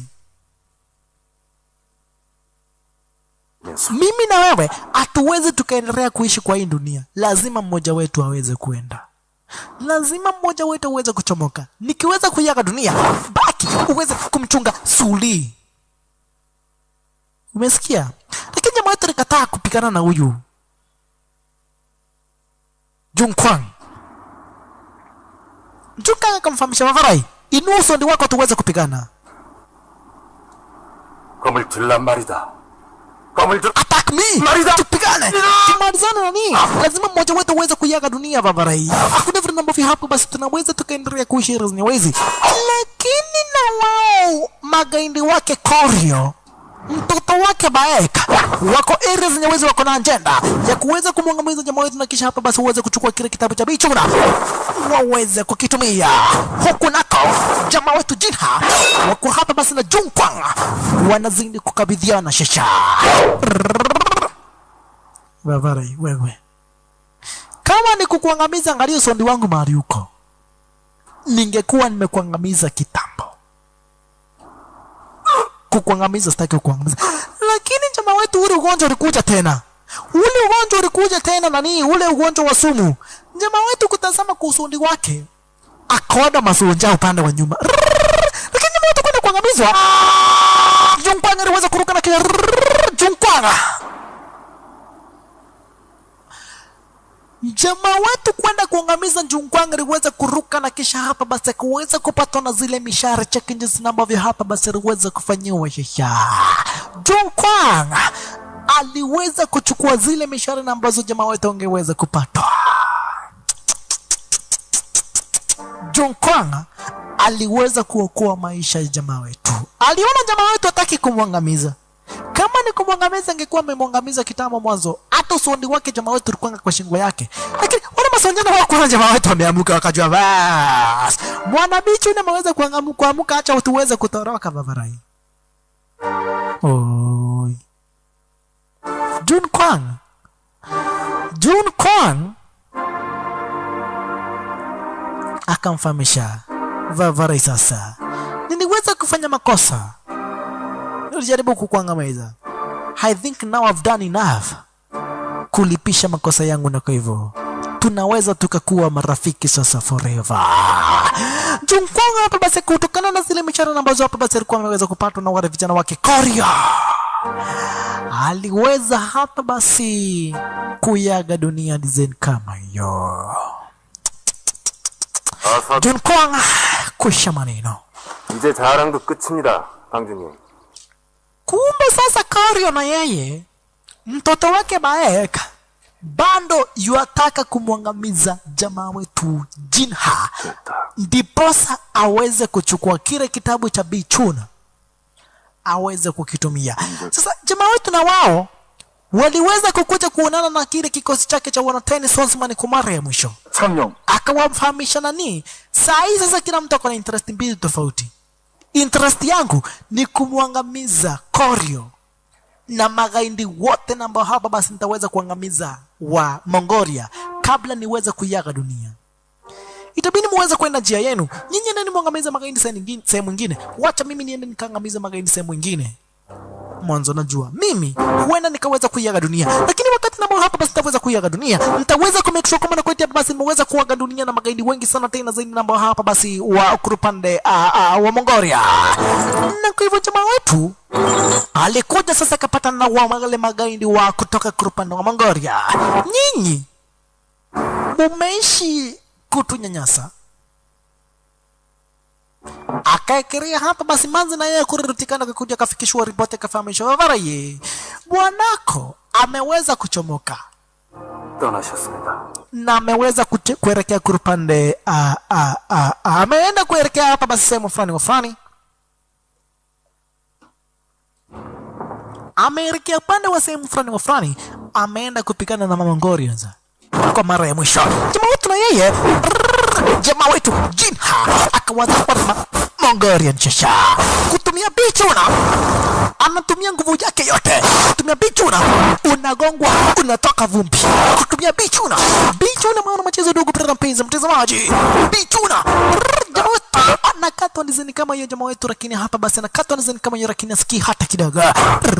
Unakatwa unatoka vumbi na damu. Hii bichuni sio mchezo dogo pera mpenzi mtazamaji. Imagine unakatwa unatoka vumbi na damu, vumbi na damu, vumbi na damu. Wale magaidi vavarai kujeni shasha, kujeni nani umeishi jamaa watu wanatoka sumu, lakini hapa basi hataki kujua. Ameamua hii itakuwa suicide mission, uende nikaweza kuiaga dunia, lakini na nyinyi Mongolians it is now a fight to the death. Lazima niweza ku make sure kwa maana kweti nimeweza kukufanya na nyinyi wote. Mongolians waamini kutumia bichuna, enyewe hii bichuna ni hatari. Mpaka kiori ukiona nataka hii bichuna, mtazamaji itabidi uweze kuelewa hii bichuna ni hatari sana tena zaidi. Hii bichuna bana machezo. Jamaa wetu Jinha ataki mchezo, hacheki na wao hata kidogo. Jamaa wetu bichuna cheki magaidi na hapa basi ameweza kuweka chini.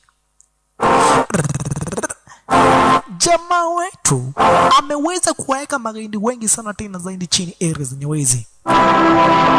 Ashaweza kumalizana na magaidi ndio. Sasa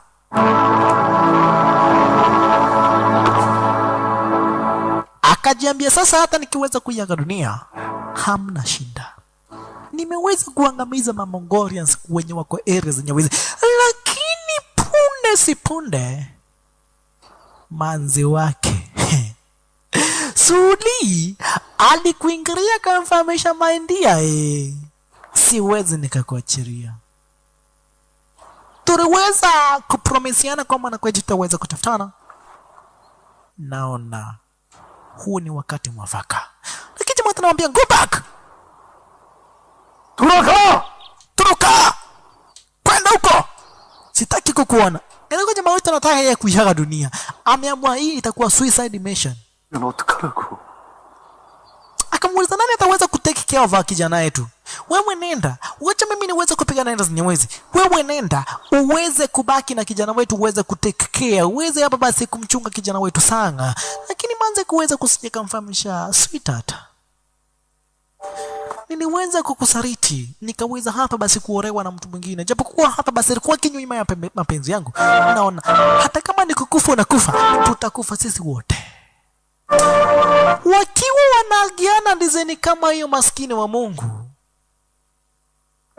Wakiagiana ndizeni kama hiyo, kuchomoka upande wa nyuma. Oi, chaka manina. Kuchomoka upande wa nyuma. Wanabusiana ndio, lakini kuchomoka upande wa nyuma. Kumbe Kiorio aliweza kuchomoka upande wa nyuma na kisha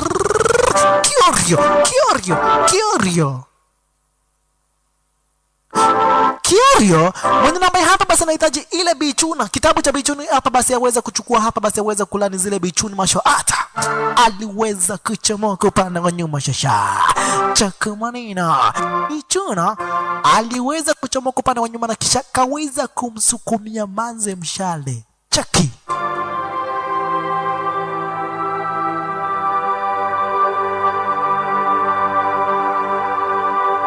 Manze na furahia design kama, lakini upande wa nyuma Kiorio na magaidi wake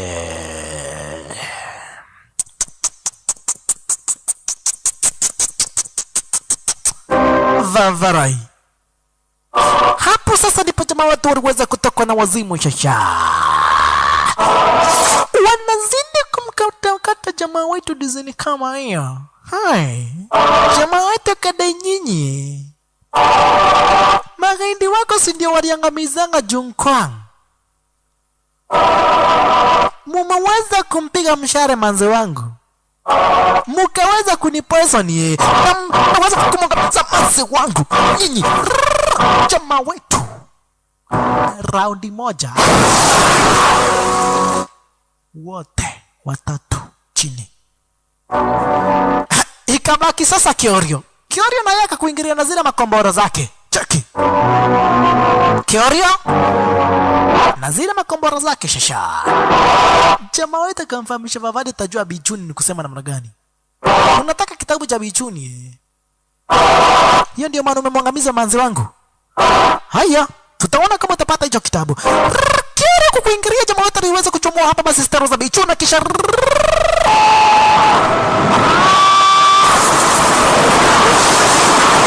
Kiorio akaweza kutupa kombora. Jamaa wetu akaweza kupata na kombora, lakini kutumia zile Bichuna Kiorio aliweza kuripuriwa na zile. Kiorio akaweza kuripuka design kama hiyo. Kiorio na makombora zake kusha manena. Kiorio aliweza kuripuka design kama hiyo. Jamaa wetu ndio ameweza kumwangamiza Kiorio. Lakini manze wake na yeye Suli, Suli kameweza kupata mshare vibaya sana tena zaidi. Suli maskini wa Mungu Suli. Wakati tunamba hapa basi jamaa wetu mwenza kumaliza kibarua, Suli ameweza kupata mshare vibaya sana tena zaidi. Pune sepune na yeye lai. Bradhake huyu manze na yule Sang mtoto wake huyu Suri wakiwa na jamaa wetu walikuingiria shasha. Walikuingiria lai mwenyewe ndiye huyu. Akakuja katika sistake hapa basi manzini kuisha maneno. Sistake ako kwenye hapa basi kupenda pumzi zake za mwisho. Ameweza kupata mshahara vibaya sana tena zaidi na yule Korio manzi. Anapumua pumzi zake za mwisho. Paka basi kipenda moja kati ya wale wana tennis husband ako area zenye wizi amini hapa basi kuona kitendo ambacho hapa basi kimeweza kumfanyikia huyu Suri. Jamaa wetu na yeye manzi ni majonzi chungu nzima. Mpaka kakijana manzi, kakijana kitu sana. Kana mtizama mamake kwa huruma dizani kama hiyo kanajua. Mamake ni kuenda naenda manzi. Mamake ni kuenda naenda. Na kwa hivyo basi mamake akatazama ya kale kakijana dizani kama hiyo. Akafunga macho dizani kama hiyo. Anajua hule mshare hawezi akasurvive. Akamwambia bwanangu take care of Sang. Wenza kuchunga Sang manzi. Jamaa wetu hakuweza kuamini. Manzi. Kutokana na ule mshahara ambao hapa basi mweza kupatwa na Kiorio, akaweza manzi kufunga macho yake design kama yuko mara ya mwisho na kisha akaweza kuiaga dunia. Suli maskini wa Mungu Suri aliweza kuiaga dunia design kama hiyo. Jamaa wetu Jin hakuamini. Wakati tunambao hapa basi nimeweza kumaliza kibarua changu. Wakati nambao hapa basi nafikiria sasa tutaenda kuishi hapa basi kwa amani. Huo ndio wakati nambao unaniacha mpenzi wangu. Jamaa wetu kama kuna mtu alisikia vibaya ni jamaa wetu huyu Jinha. Akatazama design kama yako na Lai.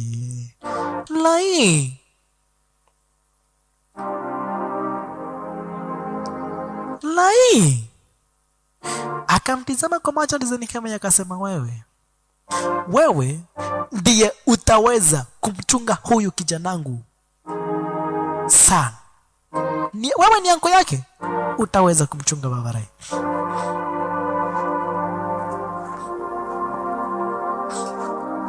Kijana mazake kuna machungu design kama hiyo. Kameona babake basi akikufa kwenye mikono yake huyu jamaa wetu Jinha. Na kwa basi Lai akakuja basi akakafunika kijana macho design kama hiyo. ashaweza kujua kitendo na ambacho jamaa wetu anataka kufanya, na kwa hivyo akakafunika kijana macho design kama hiyo. Jamaa wetu naye akasema neva, kama ni kwenda mpenzi wangu, tunaenda na wewe, tumeishi pamoja, tutaenda na wewe, na kwa hivyo hapa basi hata kama ni kwenda tunaenda na wewe. Kijana akafungua macho design kama hiyo. Jamaa wetu akachukua uri mshahara ambao hapa basi ulikuwa umemdunga suri design kama hiyo, akaushika design kama hiyo, na kisha akausukumilia ndani design kama hiyo, akaweza kujidunga design kama hiyo. Jamaa wetu Jinha kuweza kuiaga dunia. Tumeishi na wewe, kama ni kwenda tunaenda na wewe. Lai weza kumchunga huyo kijana, ni mtoto wa sistako, weza kubaki, weza kumchunga. Jamaa wetu basi kupenda Jinha, harakatharika basi na huyu manzi wake kwa jina la Suri waliweza kuiaga dunia pamoja design kama hiyo. By the same arrow they have lived, by the same they have died, the same. Wakiweza kuiaga dunia design kama hiyo, huku basi na yeye Lai akabaki basi akiweza kumchunga yule kijana wake basi kupenda jamaa wetu yule kijana kwa jina la Sa, huku basi na yeye Changlong akibaki kuongoza wana 10 sons design kama hiyo. China ishaweza kupata independence, washaweza hapa basi kuwafukuza wana Mongolian wote ambao hapa basi kurupa na wa China. Jamaa wetu ashaweza kumwangamiza General Taruga, akaweza kufanya hapa basi kupenda revenge ya kifo cha wazazi wake, akifanya revenge design kama hiyo. Hapa basi na medugo brother mpenzi mtazamaji, na cheki naona picha ritu Bichun Ma, dakika ni za mwisho. Akabishini wako Mastundia DJ Jing Movies. Kumbuka ndugu brother mpenzi mtazamaji, unaweza ukapata video zingine zetu kurupanda wa Facebook. Elekea kurupanda wa Facebook, enda basi kwenye page ya DJ Jing Movies. Hapa pia utaweza kutufollow na utaweza kupata video zingine zetu zaidi. Na kwa hivyo hapa basi ndugu brother mpenzi mtazamaji, itabidi basi hata mimi niweze kukuaga mwanzo picha retu vile Bichun Ma, dakika ni za mwisho. Akabishini mwako Mastundia DJ Jing Movies. Asanteni sana na karibuni tena Mastundia. Mardadi.